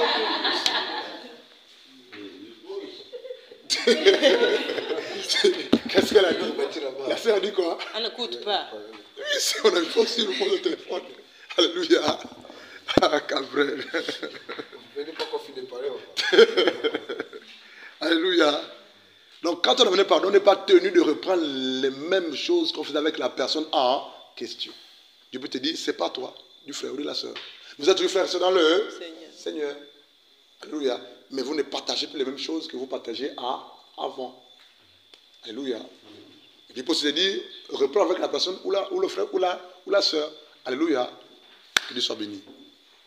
Oui. Est-ce qu'elle... J'ai une question. On t'écoute. Oui, par rapport au pardon, dans le cas où on a eu un souci, un gros souci avec quelqu'un, et que la personne a menacé de nous faire du mal, et que plus tard, on ressent le besoin de demander pardon, parce que quelque part, on a eu un peu tort, est-ce qu'il faut quand même rentrer en contact avec cette personne en sachant que peut-être que la personne va nous insulter encore des insultes compliquées? D'accord. Ou il faut laisser ça comme ça? Allons-y. La Bible dit, marcher selon l'esprit. Amen. Et vous n'accomplirez pas les œuvres de la chair. Dans le livre de Romains. Ça veut dire que marcher par l'esprit. C'est l'esprit de Dieu qui va te conduire face à toutes choses. Et si nous marchons par l'esprit, par la directive du Saint-Esprit, l'esprit de Dieu te dira que pour le moment, cette personne est violente et nerveuse. Ne va pas la voir. Demande simplement pardon et ensuite, c'est réglé. Ou Dieu va te dire, demande pardon, demande-moi pardon, demande-lui pardon dans tes prières. Je te dirai à quel moment tu iras voir la personne. D'où la nécessité d'être sensible aux directives du Saint-Esprit. Amen. C'est clair, Amandine? Oui, c'est clair. Oui, je viens de me lever quelque part. Oui. Par rapport à la plainte, supposons que je vive avec ma femme. D'accord. Elle me fait du tort et je lui porte plainte. Au tribunal? Au tribunal. D'accord. Wow. J'ai envie de savoir si je fais bien ou je fais mal. D'accord. Bon, je paraphrase cela, je prends cet exemple-là parce que je vis un peu cette situation actuellement et j'ai décidé, moi, de porter plainte. D'accord. Maintenant, je veux savoir si... Tu veux porter plainte à qui? Bon, je vais être clair. J'ai fait un enfant avec une fille. D'accord. Et j'ai gardé l'enfant jusqu'à l'âge de 7 ans. Et en 2017, elle est venue chercher l'enfant, me disant, bon voilà, qu'elle voulait de l'enfant pour les vacances. D'accord. Je lui ai remis l'enfant, et quand elle est partie avec l'enfant, jusqu'à aujourd'hui, je n'ai plus jamais revu l'enfant. D'accord. Et là, avec beaucoup de patience jusqu'à aujourd'hui, et là, j'ai pris la décision de lui porter plainte. C'est déjà fait? Je suis en train de faire. D'accord. Merci pour la précision. Alléluia. Et tu veux savoir si c'est bien ou c'est pas bien? D'accord. Allons-y. Toujours répondre sur la base de la parole de Dieu. C'est la parole de Dieu qui nous sécurise, qui nous garde et qui va faire en sorte qu'on ne déborde pas. Amen. Alléluia. Romains 13, 1 à 4. Même jour, c'est 7 rapidement. Romains 13. Le temps court. Hein. Romains 13, 1 à 7. Ensuite, l'autre, tu vas prendre le livre de Tite. Tite chapitre 3, le verset 1 et 2. Que toute âme se soumette aux autorités qui sont au-dessus d'elle, car il n'existe pas d'autorité si ce n'est de par Dieu, et celles qui existent sont ordonnées de Dieu. 2. De sorte que celui qui résiste à l'autorité résiste à l'ordonnance de Dieu, et ceux qui résistent feront venir un jugement sur eux-mêmes. 3. Car les magistrats ne sont pas une terreur pour une bonne œuvre, mais pour une mauvaise. Or, veux-tu ne pas craindre l'autorité? Fais le bien et tu recevras d'aide de la louange. 4. Car le magistrat est serviteur de Dieu pour ton bien, mais si tu fais le mal, crains, car il ne porte pas l'épée en vain, car il est serviteur de Dieu, vengeur pour exécuter la colère sur celui qui fait mal. 5. C'est pourquoi il est nécessaire d'être soumis non seulement à cause de la colère, mais aussi à cause de la conscience. 6. Car c'est pour cela que vous payez aussi les tributs, car ils sont ministres de Dieu, s'employant constamment à cela même. 7.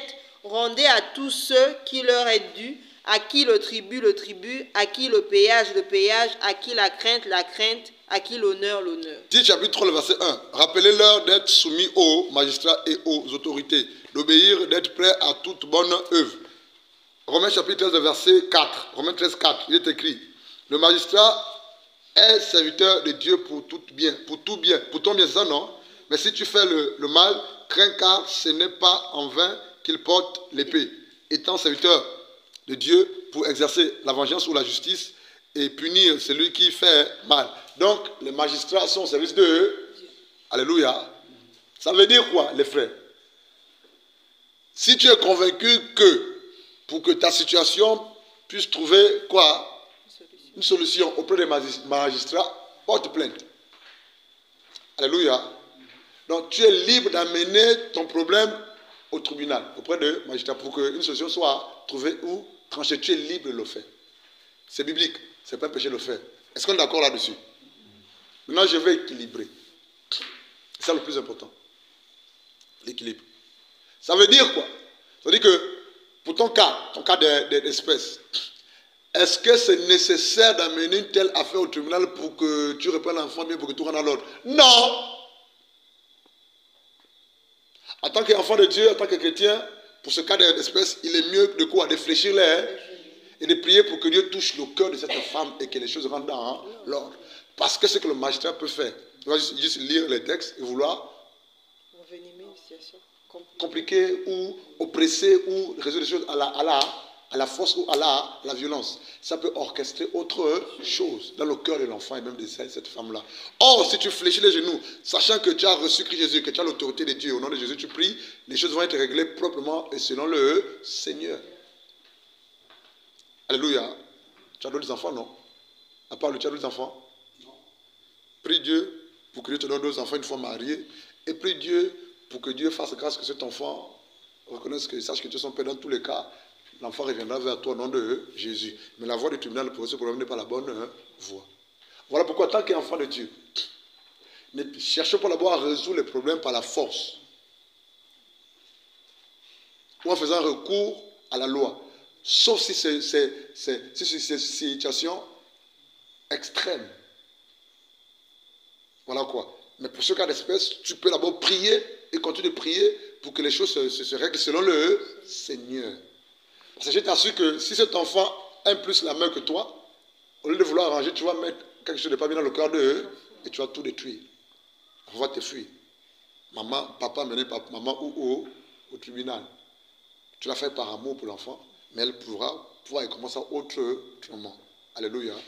C'est tout ce que je peux dire. On peut avancer, non? On a fini avec les blessures de l'âme. C'est clair? Nous allons, par la grâce de Dieu, présenter au Seigneur nos cœurs et demander au Seigneur de nous aider à voir les blessures de l'âme qui ne sont pas encore réglées, afin que nous les réglons par la grâce de Dieu. Prions. Mes amis, Père, nous te bénissons, Père. Merci, Père, parce que toi, tu connais toutes choses, Père. Mes amis, rien n'est caché devant toi. Tu connais nos cœurs, Père, mieux que personne. Tu connais l'état de nos âmes, Père. C'est pourquoi ce soir, Père, nous te présentons nos cœurs et nous prions que toi seul nous révèles encore les zones de nos vies, de nos cœurs, Père éternel, les choses qui n'ont pas encore été guéries, Père. Viens remonter en surface, Père éternel, tous ces aspects de nos vies, Père éternel, Yeshua, qui sont cachés, Père, mais qui sont, Père éternel, comme des poisons dans notre âme, Père.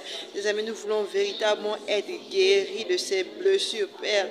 Et nous refusons, Père éternel, Yeshua, qu'elle ne soit un obstacle à notre vie, à notre marche avec toi, Père. Nous t'en supplions, Père. Nous allons présenter au Seigneur toutes ces personnes que nous avons certainement blessées sans le savoir. afin qu'également ils fassent grâce, qu'ils nous révèlent cela, afin que nous allions vers eux, afin qu'ils reçoivent la paix. Prions au nom de Jésus. Père éternel, je dis, Père éternel, Yeshua, que nous branchons, Père éternel, parfois, Père. Mes amis, il peut arriver, Père éternel, Yeshua, qu'on est frustré, qu'on est blessé, quelqu'un sans le voir, sans le connaître, Père. Mais nous prions ce soir que tu nous révèles cela, Père, que tu nous éclaires dans ce sens, afin que nous soyons véritablement une bénédiction pour ces personnes, Père. Merci, Père éternel, de nous donner, Père éternel, Yeshua, de pouvoir, Père également, permettre que ces personnes soient guéries, Père, par notre canal, Père. Nous t'en supplions, éternel des armées. Tout l'honneur, toute la majesté, Père. Parce que nous voulons t'exalter, te magnifier davantage, Père. Alléluia. Bonsoir à tous. Le caractère du chrétien. Pourquoi c'est important d'en parler? Il existe deux types de caractère. Le caractère physique et le caractère héréditaire. Mais lorsqu'on parle du caractère, cela renvoie à quoi? Cela renvoie au comportement d'une personne, à l'attitude d'une personne. Et vous allez remarquer que quand on parle du caractère, c'est par le canal de tes œuvres ou de tes actions qui prouvent ou qui démontrent quoi? Ton caractère. Par le canal de ton langage qui prouve ou qui va montrer ton caractère. Et lorsqu'on a parlé du livre d'Esther, nous avons dit que Esther chapitre le verset 15, là-bas il est question du caractère d'Esther. Voilà quoi. Esther avait un comportement, adopté une attitude, voilà quoi, d'obéissance envers qui? Son père. Je ne sais pas comment il s'appelle? Mardoché. Parce que Mardoché lui a demandé de quoi? D'aller voir le roi et de plaider en faveur de son peuple. Elle a dit, mais non. Il peut commencer un peu à bouder. Et Mardoché lui a fait comprendre que si tu ne le fais pas, toi tu mourras parce que tu es juif. En fait, la notion de caractère, en fait, c'est quelque chose de profond et intéressant et qui détermine véritablement la personne. On va lire un passage. Allons-y. Philippiens chapitre 2, le verset 5. Philippiens 2, 5. Philippiens 2, 5. Qu'il y ait donc entre vous cette pensée qui a été aussi dans le Christ Jésus. Quelqu'un d'autre dans une autre version, s'il vous plaît? Qu'il y ait donc en vous un même sentiment qui a été en Jésus-Christ. On va relire les trois versions. D'abord, toi, s'il te plaît, Mamangu. Verset 5. Qu'il y ait donc en vous cette pensée qui a été aussi dans le Christ Jésus. Ayez en vous les sentiments qui étaient en Jésus-Christ. Qu'il y ait donc en vous un même sentiment qui a été en Jésus-Christ. Philippiens 4. Disons le verset 1 et 3, s'il te plaît. 1 à 3, pardon. Philippiens 4, verset 1 à 3. Ainsi donc, mes frères bien-aimés et ardemment désirés, ma joie et ma couronne, demeurez ainsi fermes dans le Seigneur bien-aimé. 2. Je supplie Évodie et je supplie Syntyche d'avoir une même pensée dans le Seigneur. 3. Oui, je te prie, toi aussi, vrai compagnon de travail, aide celles qui ont combattu avec moi dans l'évangile, avec Clément aussi, et mes autres compagnons d'œuvre, dont les noms sont dans le livre de vie. 4. Réjouissez-vous. On a dit 1 à 3. Je vais le verset 2 de Philippiens 4. Écoutez mes amis. J'exhorte, c'est l'apôtre Paul qui parle, j'exhorte Évodie et j'exhorte Syntyche à être d'un même sentiment dans le Seigneur. Et dans Philippiens 2, là, le verset 5, il est écrit, ayez les mêmes sentiments qui étaient en Christ. En fait, lorsque la Bible demande d'avoir les mêmes sentiments qui étaient en Christ Jésus, c'est quoi? C'est d'avoir le même caractère. Parce que vous allez remarquer que quand on parle de sentiments, les sentiments vont se transformer en quoi? En acte. En acte. Ou en œuvre, en fait. En fait, ce sont tes pensées qui deviennent après quoi? Œuvre ou action. Et ce sont ces actions qui déterminent quoi? Ton caractère. Je ne sais pas si vous comprenez ça. Et quand on parle d'avoir les mêmes pensées, qui est en Christ Jésus, c'est d'avoir le même caractère, en fait. Je m'explique. Les pensées que tu as vont se transformer, vont finir en quoi? En action ou en œuvre. On est d'accord, non? Et les œuvres ou les actions que tu poses font quoi? Déterminent quoi? Ou montrent quoi? Ton caractère, ton comportement. Donc, lorsque l'apôtre Paul dit dans Philippiens 2, 5 là-bas que ayez les sentiments qui sont en Christ Jésus, en fait, Dieu, par contre, Paul nous conseille, nous demande d'avoir le même caractère que Christ Jésus. Or, lorsqu'on parle de caractère, le caractère se traduit par les œuvres, par les actions. Et ton caractère-là va être démontré et montré par le canal des œuvres, des actions que tu poses. Même si que tu les caches ou tu fais semblant, on saura qui tu es. Tu es d'accord avec ça? Amen. Oui. Je prends un exemple simple. Je t'appelle. Un exemple simple. Je t'appelle. Je veux que tu fasses ceci ou que tu fasses cela. Et que tu ne le fais pas. Alors que rien ne t'empêche de le faire. Et même ce que tu fais n'est pas important, entre guillemets. Si tu fais, ça veut dire quoi? Que tu obéis, vrai ou faux? Si tu ne fais pas, c'est que tu désobéis. Donc, ton caractère va être déterminé et montré par le canal de ton obéissance ou de ta désobéissance. Par le canal de l'obéissance à Dieu ou la désobéissance à Dieu, par la parole de Dieu en fait. Le caractère. Lorsqu'on était dans le monde, Amandine et Alpha, on avait un caractère, vrai ou faux? Et ce caractère n'était pas forcément conforme à Dieu ou à la parole de Dieu. C'est un caractère mondain. Et on peut hériter du caractère de ses parents, le sale caractère de ses parents. Je prends un exemple simple. Si dans ta famille, tout le monde se met en colère, et que toi, tu vas te mettre en colère, c'est que tu es de l'état, hein? C'est pas bien. Le caractère. Et quand on parle du caractère, il y a le mauvais caractère. Ce que j'aime appeler par le caractère de cochon. Tu as déjà vu un cochon? Le cochon est comment? Il est sale. Oui, tout le monde le sait. Mais il y a un caractère du cochon que vous ignorez. Autre caractère du cochon. Il fait beaucoup de bruit. Il fait comment? Même quand tu le laves bien propre, Alléluia. Ça, j'ai la même cochon. L'autre caractère du cochon que vous ignorez, c'est quoi? C'est qu'il se met facilement en colère. Facilement en colère. Qui est d'accord avec ça? Non, plus l'ignore. Mais on voit seulement l'aspect de saleté. Déjà que la colère du cochon. D'où le caractère du cochon. Pour rien, tu te mets en colère. Pour rien, tu es désagréable. Pour rien, tu piques une crise. Pour rien, tu casses tout. Pour rien, tu ronfles. C'est ça le caractère du cochon. C'est pas si quelqu'un comprend ça. C'est ça en fait. Mais nous, qu'est-ce qu'on voit du cochon juste en saleté? Et c'est un mauvais caractère. Tu viens de vouloir tout cogner, vrai ou faux? C'est ça le cochon. Mais les gens qui... Je ne sais pas pourquoi c'est Victor sourit en cachette. Les gens qui sont en Christ, qui sont comme ça. Un caractère bizarre. Mais pourtant, ils sont en Christ. Ils ont l'Esprit de Dieu. Ils sont enseignés. Et ce qu'il faut comprendre, merci Saint-Esprit, c'est que c'est un caractère que nous avons, que tu as, et d'autres héréditaires. Démoniaques. Les liens familiaux. Les totems. Si tu ne réalises pas que ton caractère n'est pas conforme à la parole de Dieu, tu vas penser que c'est une bonne chose. Tu vas foncer comme ça. Mais j'ai quelque chose à te dire. Le caractère d'un homme est sa colonne vertébrale.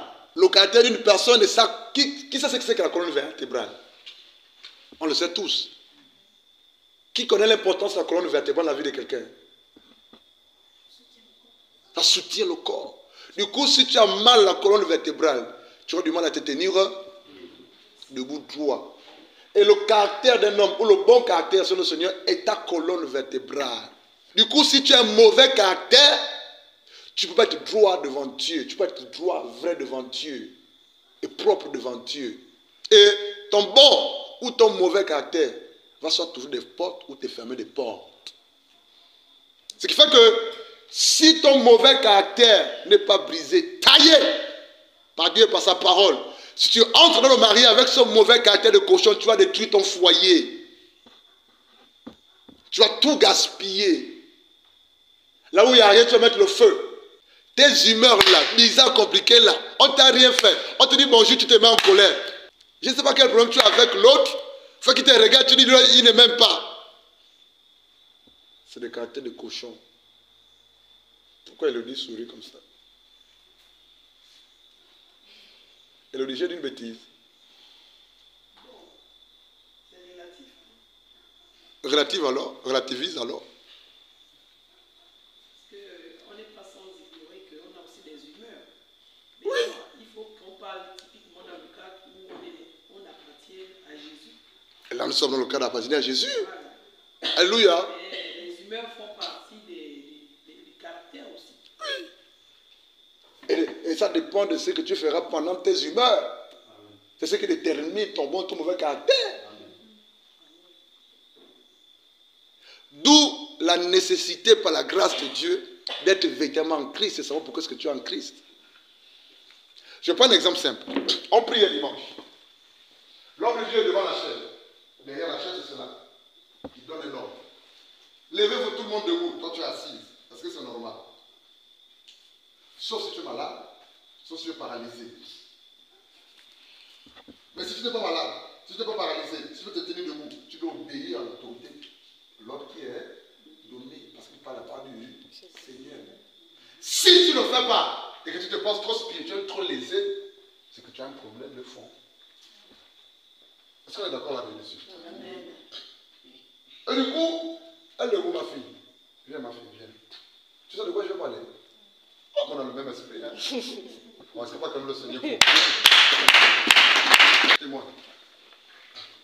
Tu nous fais du bien pendant ce réunion. Dieu te prépare au mariage. Bonsoir, Père de Dieu. Bonsoir. En fait, je vais témoigner sur la désobéissance à la parole de Dieu. C'est juste après le mariage, le frère avait demandé à toutes les femmes qui étaient en début de grossesse, celui qui était enceinte de se lever. Pour la prière. Pour la prière. J'avais les débuts de grossesse. Non, tu étais déjà en grossesse en fait. Oui. Moi je savais ça. Non. Je ne savais pas où. Je ne m'étais pas levée. Là, les autres se sont levés. On a prié pour celle qui s'était levée. J'étais sortie. J'étais repartie à la maison. Dans la même semaine, j'avais perdu la grossesse. Elle a une fausse couche. Elle a fait une fausse couche. L'enfant est sorti. Et après c'était repenti. Voire même en public, là où il faut. Donc c'est pour dire quoi? Ton bon ou ton mauvais caractère peut te faire passer ta bénédiction. Tu peux passer à côté de ta bénédiction. Tu peux t'ouvrir ou te fermer les portes. D'où la nécessité d'être sensible quand on est enfant de Dieu. Il y a des choses que Dieu veut faire, mais ton caractère de cochon ou de bidon va te faire passer à côté. Il y a des choses que Dieu dit. Tu es au bureau en train de prier, Dieu te dit, appelle telle personne et dis de venir à cette réunion impérativement. Je prends un exemple simple. Parce que pendant cette réunion d'enseignement, Dieu veut faire du bien à la. Mais tu appelles la personne. Et la personne s'excuse. Et on passe à côté. Je prends un exemple simple. Il y a un couple que je connais, j'étais l'homme. Qui prie à l'Alliance chrétienne. Ça monte à 2 ans. Hein? 2 ans, non? En arrière. 3 ans. J'ai assisté à son mariage. J'étais même membre de la sécurité de son mariage. Je viens à peine arriver à Mwanda.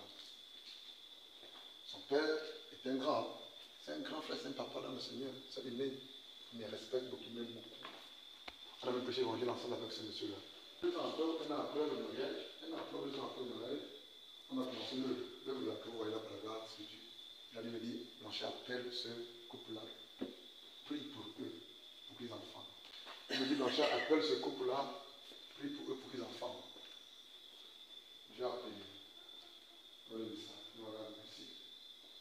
Il m'a dit, ne va pas prier pour eux ou chez Jésus. Dis-leur de venir rassembler. À l'époque, on priait encore au salon de l'orphelinat. Je dis, oui, Seigneur. Ils ont appelé. Ils ont fait ça. Ça fait 4 ans qu'ils sont mariés. Hein. Ça fait 6 ans, c'était au début.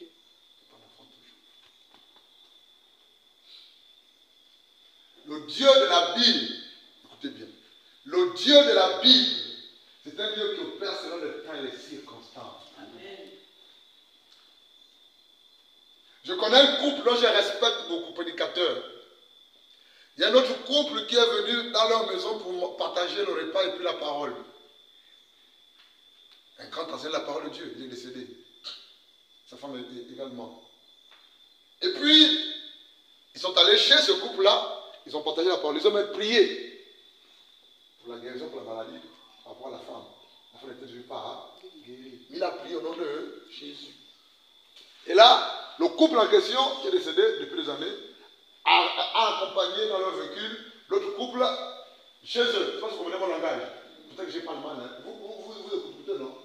Il a devant la porte de la maison. Ce couple-là dépose leur voiture, garde leur voiture devant la porte de la maison. Ils ont gardé, et puis le couple qui était chez le couple ouvre la porte. Et les deux couples étaient sur le point de rentrer dans leur maison. Le couple en question qui a accompagné ce couple-là, c'est mis debout. Et là, Dieu dit au monsieur, prie maintenant pour faire guérir. Oh, mais pourtant il avait prié où? À la maison. Il n'y avait pas de. Et c'est à l'entrée de la porte que Dieu demande à cet homme de Dieu de prier maintenant. Et quand il prie, boum, guérison, délivrance. Le Dieu de la Bible était mis de temps et de circonstances. Mais à cause de son comportement de cochon, ou d'ignorance, ou de l'insensibilité du spirituel, je veux dire, on passe à côté. D'où nombreux retardent leur destinée, leur bénédiction. Ils ne sont pas sensibles. Entrer dans sa destinée en revoyant son caractère. Or, lorsqu'on parle du caractère, alléluia, cela renvoie à quoi? À quoi? Au fruit de l'esprit. Le fruit de l'esprit. Galates chapitre 5, le verset 19. Allons-y. Pour avoir le caractère de Christ, écoutez bien les amis, pour avoir le caractère de Christ, Dieu, sachant que nous sommes humains, est capable de faire de bonnes choses, vrai ou faux. Il nous donne son esprit. Et une fois, Véronique, ayant reçu l'esprit de Dieu, par la grâce de Dieu, Dieu, par le caractère de son esprit, nous donne le caractère de Christ. Et le caractère de Christ est manifeste ou visible ou présent par le canal du fruit. Le fruit, dit le fruit. Ne dis jamais les fruits de l'esprit. On ne dit pas les fruits, on dit le fruit. Le fruit, c'est un seul esprit qui manifeste ça. Le fruit de l'esprit. Galates chapitre 5, lisons. On parle du fruit de l'esprit là, lisez. Verset 19, non? 22, hein? Allez-y. Galates 5, 22. Mais le fruit de l'esprit est l'amour. Le fruit de l'esprit est l'amour. Encore le temps, on va décortiquer au fur et à mesure. On peut avancer, non? On va décortiquer. C'est quoi l'amour? Il y en a 9 fruits de l'esprit. 9, on dit le fruit. 9 fruits. Et le premier fruit mentionné, c'est quoi? C'est l'amour. L'amour là, ce n'est pas l'amour éros, érotique, sexuel, non. L'amour là, ce n'est pas l'amour philéo, filial, frère dans le Seigneur, non, ou par le sang, non. L'amour là, ce n'est pas l'amour philadelphia. L'amour là, c'est l'amour agapé, l'amour de Dieu. L'amour de Dieu déversé en nous par le cœur du Saint, qui est cité selon Romains chapitre 5, le verset 5. C'est cet amour-là, l'amour de Dieu, quand Dieu a tant aimé le monde. Quand on reçoit Christ, Dieu donne son esprit, et quand on connaît son esprit, on a aussi l'amour de Dieu. Mais ce qui se passe, c'est quoi? L'amour est là, on a du mal à quoi? À manifester, à vivre ça. Parce que la chair prend le dessus. C'est cet amour dont il est question. Et ce n'est pas en vain que le premier fruit de l'esprit, ce soit l'amour. Parce que sur la base où on regarde l'amour, les autres fruits peuvent être possibles et manifestes. L'amour, agapé ou agapao, c'est l'amour de Dieu qu'on reçoit par le cœur du Saint-Esprit. On ne peut avoir cet amour que lorsqu'on accepte Christ Jésus. Et quand tu as Jésus-Christ de Nazareth, tu as aussi l'amour de... Donc tu peux aimer les autres comme Dieu aime. Comme Dieu aime les autres, le même amour. C'est pas le l'amour de Dieu. Un amour désintéressé. Un amour qui te pousse à obéir, à supporter, à te sacrifier. Même tu regardes l'heure. Les voitures d'un pays. D'accord. Je suis pressé.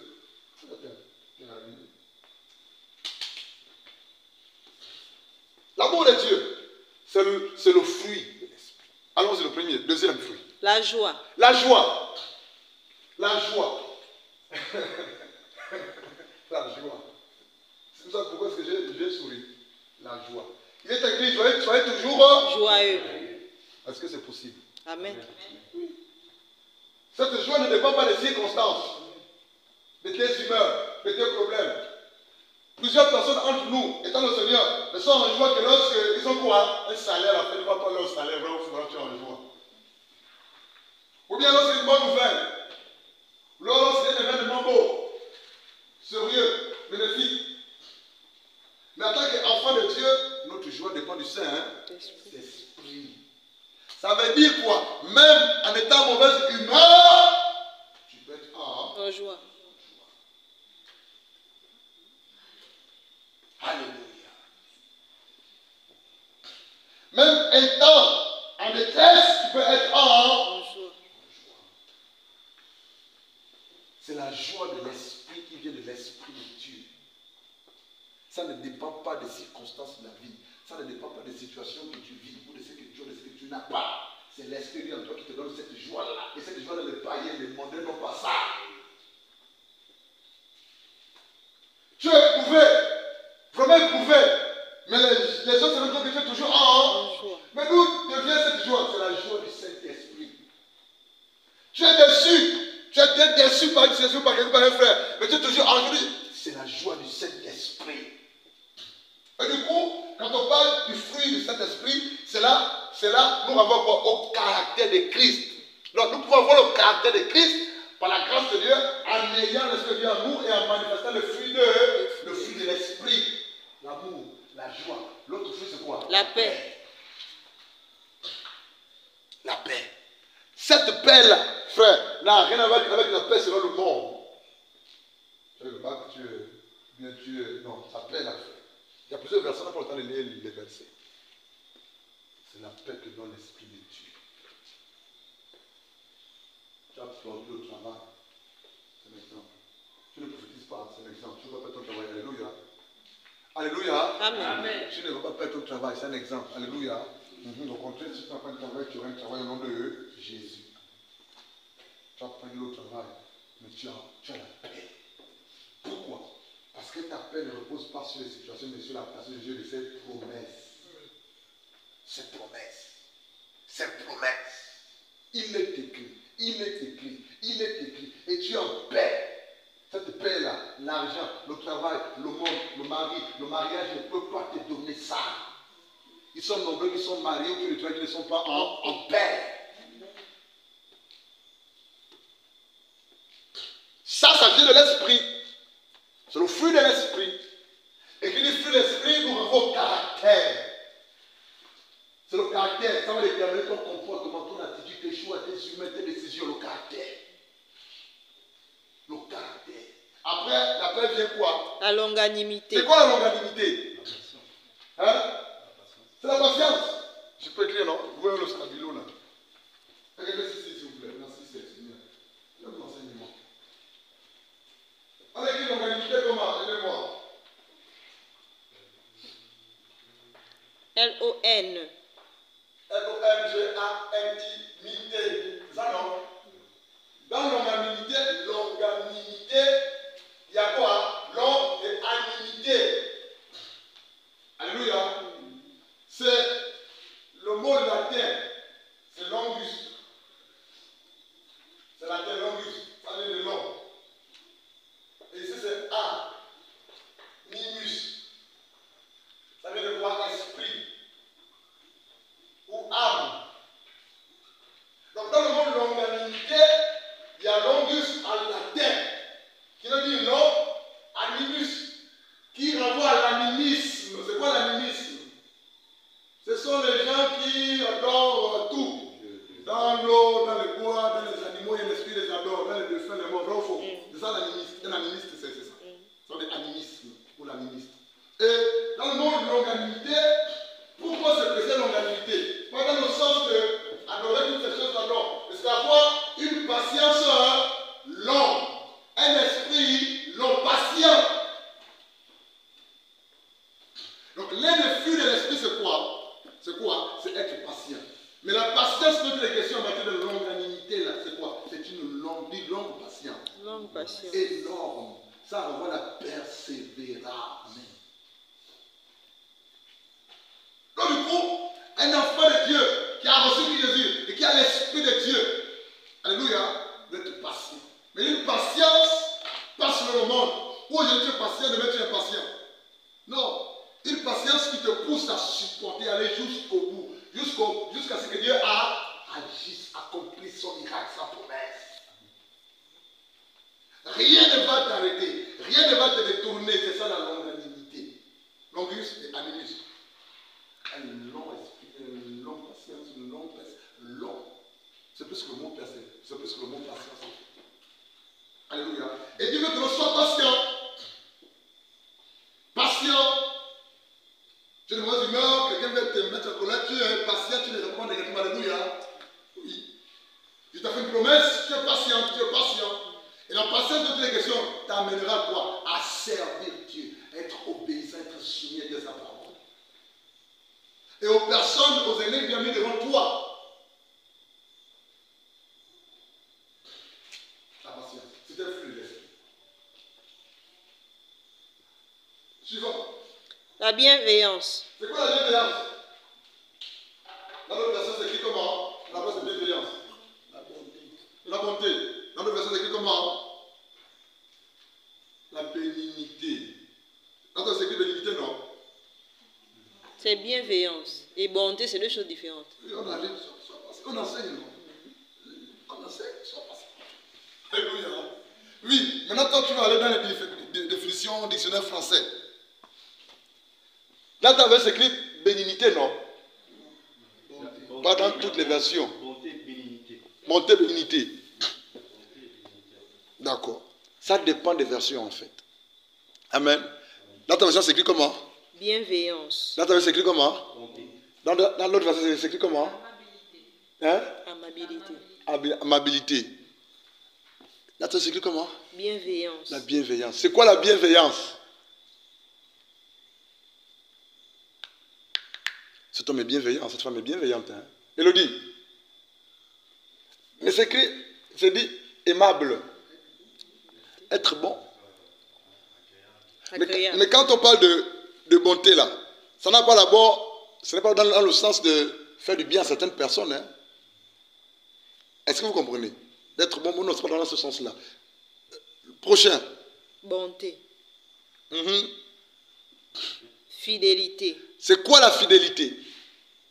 Et là, c'est un véritable... Je ne sais pas sur la bienveillance, hein? Parce que c'est clair, alléluia. C'est être aimable, être bon, être bienveillant, être agréable, alléluia. Quel que soit ce que tu vis, ce que tu traverses. Certainement, tu es éprouvé, mais quand un frère vient te voir ou quand on t'appelle, tu réponds aimablement. Alléluia. C'est ça la bonté, c'est ça la bienveillance. Alléluia. Et ça, c'est le fruit de l'esprit. Mais qu'est-ce qui se passe? Tu vas aller voir un frère, et puis la journée était difficile, quand tu répètes, oh, mais ne m'énerve pas. Hein? C'est pas bon. Et de l'autre côté, le païen te regarde. Fidélité. Dans d'autres versions, c'est écrit foi. Dans d'autres versions, à la place de fidélité, c'est écrit foi. C'est qui dans la version de qui c'est écrit foi? Hein? La fidélité, c'est la foi. C'est le même mot en fait. Quand on parle de foi, le mot grec c'est pistis, qui renvoie à la fidélité. C'est avoir confiance en Dieu.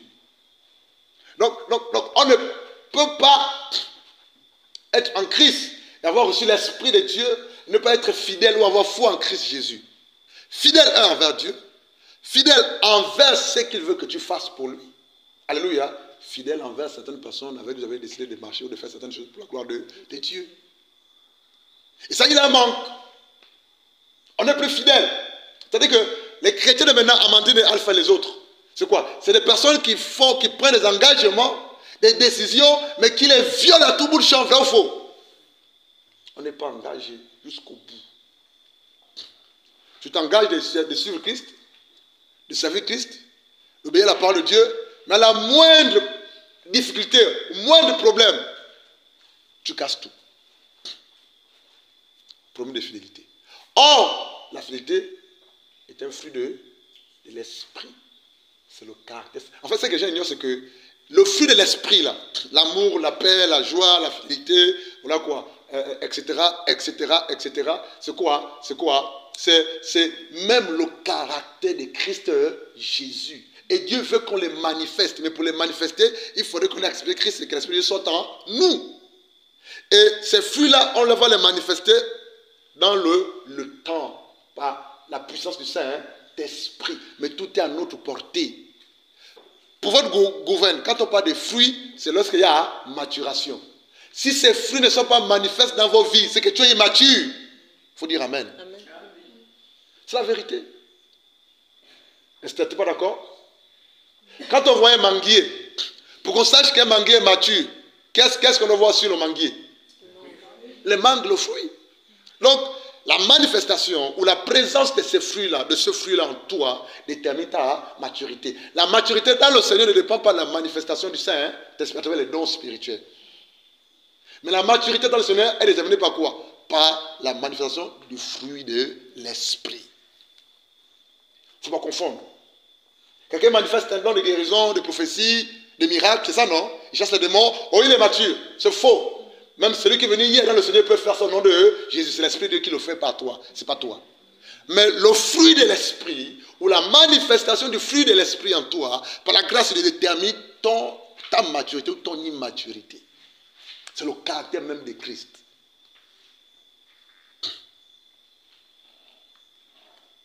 Et ce caractère-là, on en a besoin. Et tu l'as. Il faut juste l'accepter. Pourquoi nombreux ne manifestent pas le caractère ou le fruit de Christ? C'est parce que la chair prend le dessus. La chair domine. Ta chair, tes sentiments, tes émotions, tes pensées, tes toi, tes moi, toi je pense, tes je pense, tes je crois, tes je dis, tes je pense, te dominent. L'ego, que tu bénisses. Ton ego, ton orgueil. Et du coup, continue femme. La douceur. La douceur. Quand on parle de la douceur, ce n'est pas comme ça. Toi aussi, c'est pas ça la douceur. Oh. C'est pas ça la douceur. Dans la même douceur, il peut y avoir une violence selon le Seigneur. On n'a pas le temps. Mais Dieu permettra qu'un jeune enseigne de manière décortiquée chaque fruit de l'esprit. Dieu permettra.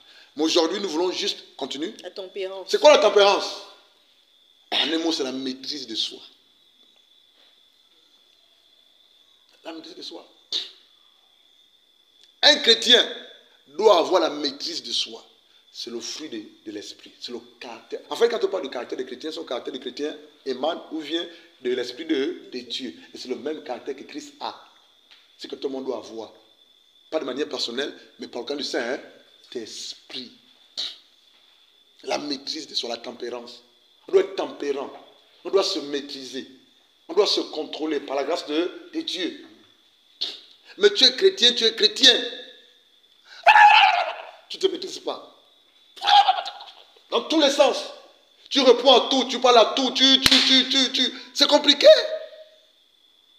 C'est comme si on a piqué l'aiguille quelque part, répond. Tu aussi, tu réponds. C'est comme si on a appuyé un bouton quelque part, répond. Toi aussi, tu réponds. C'est comme si on souffle quelque part et tu agis. La maîtrise de soi, la tempérance.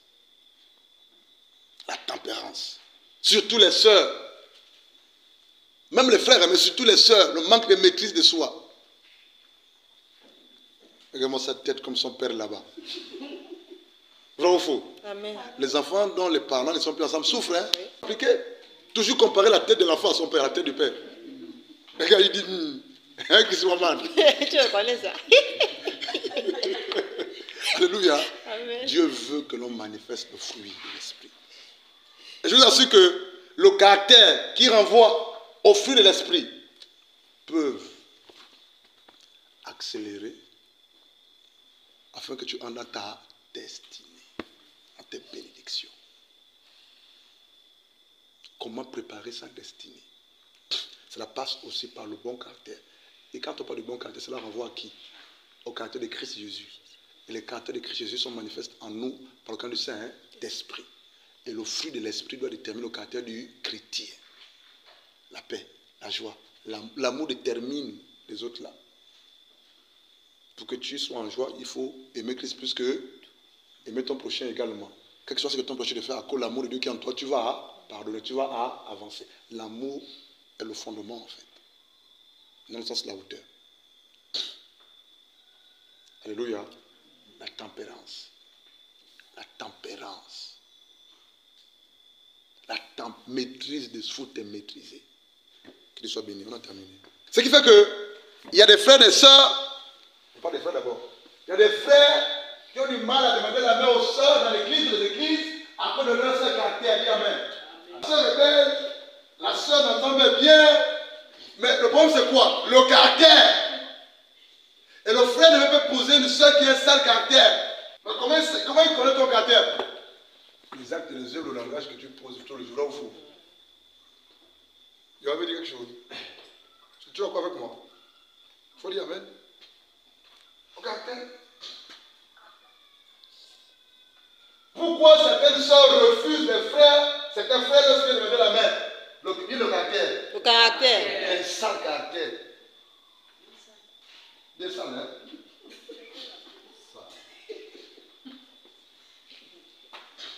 Il y a parmi nous ce soir des frères ceux qui ont des caractères dits héréditaires, démoniaques. C'est les démons qui te poussent à réagir dans la sorte. Et même lorsque tu es délivré, tu reprends les mêmes choses. Et les mêmes choses se répètent encore.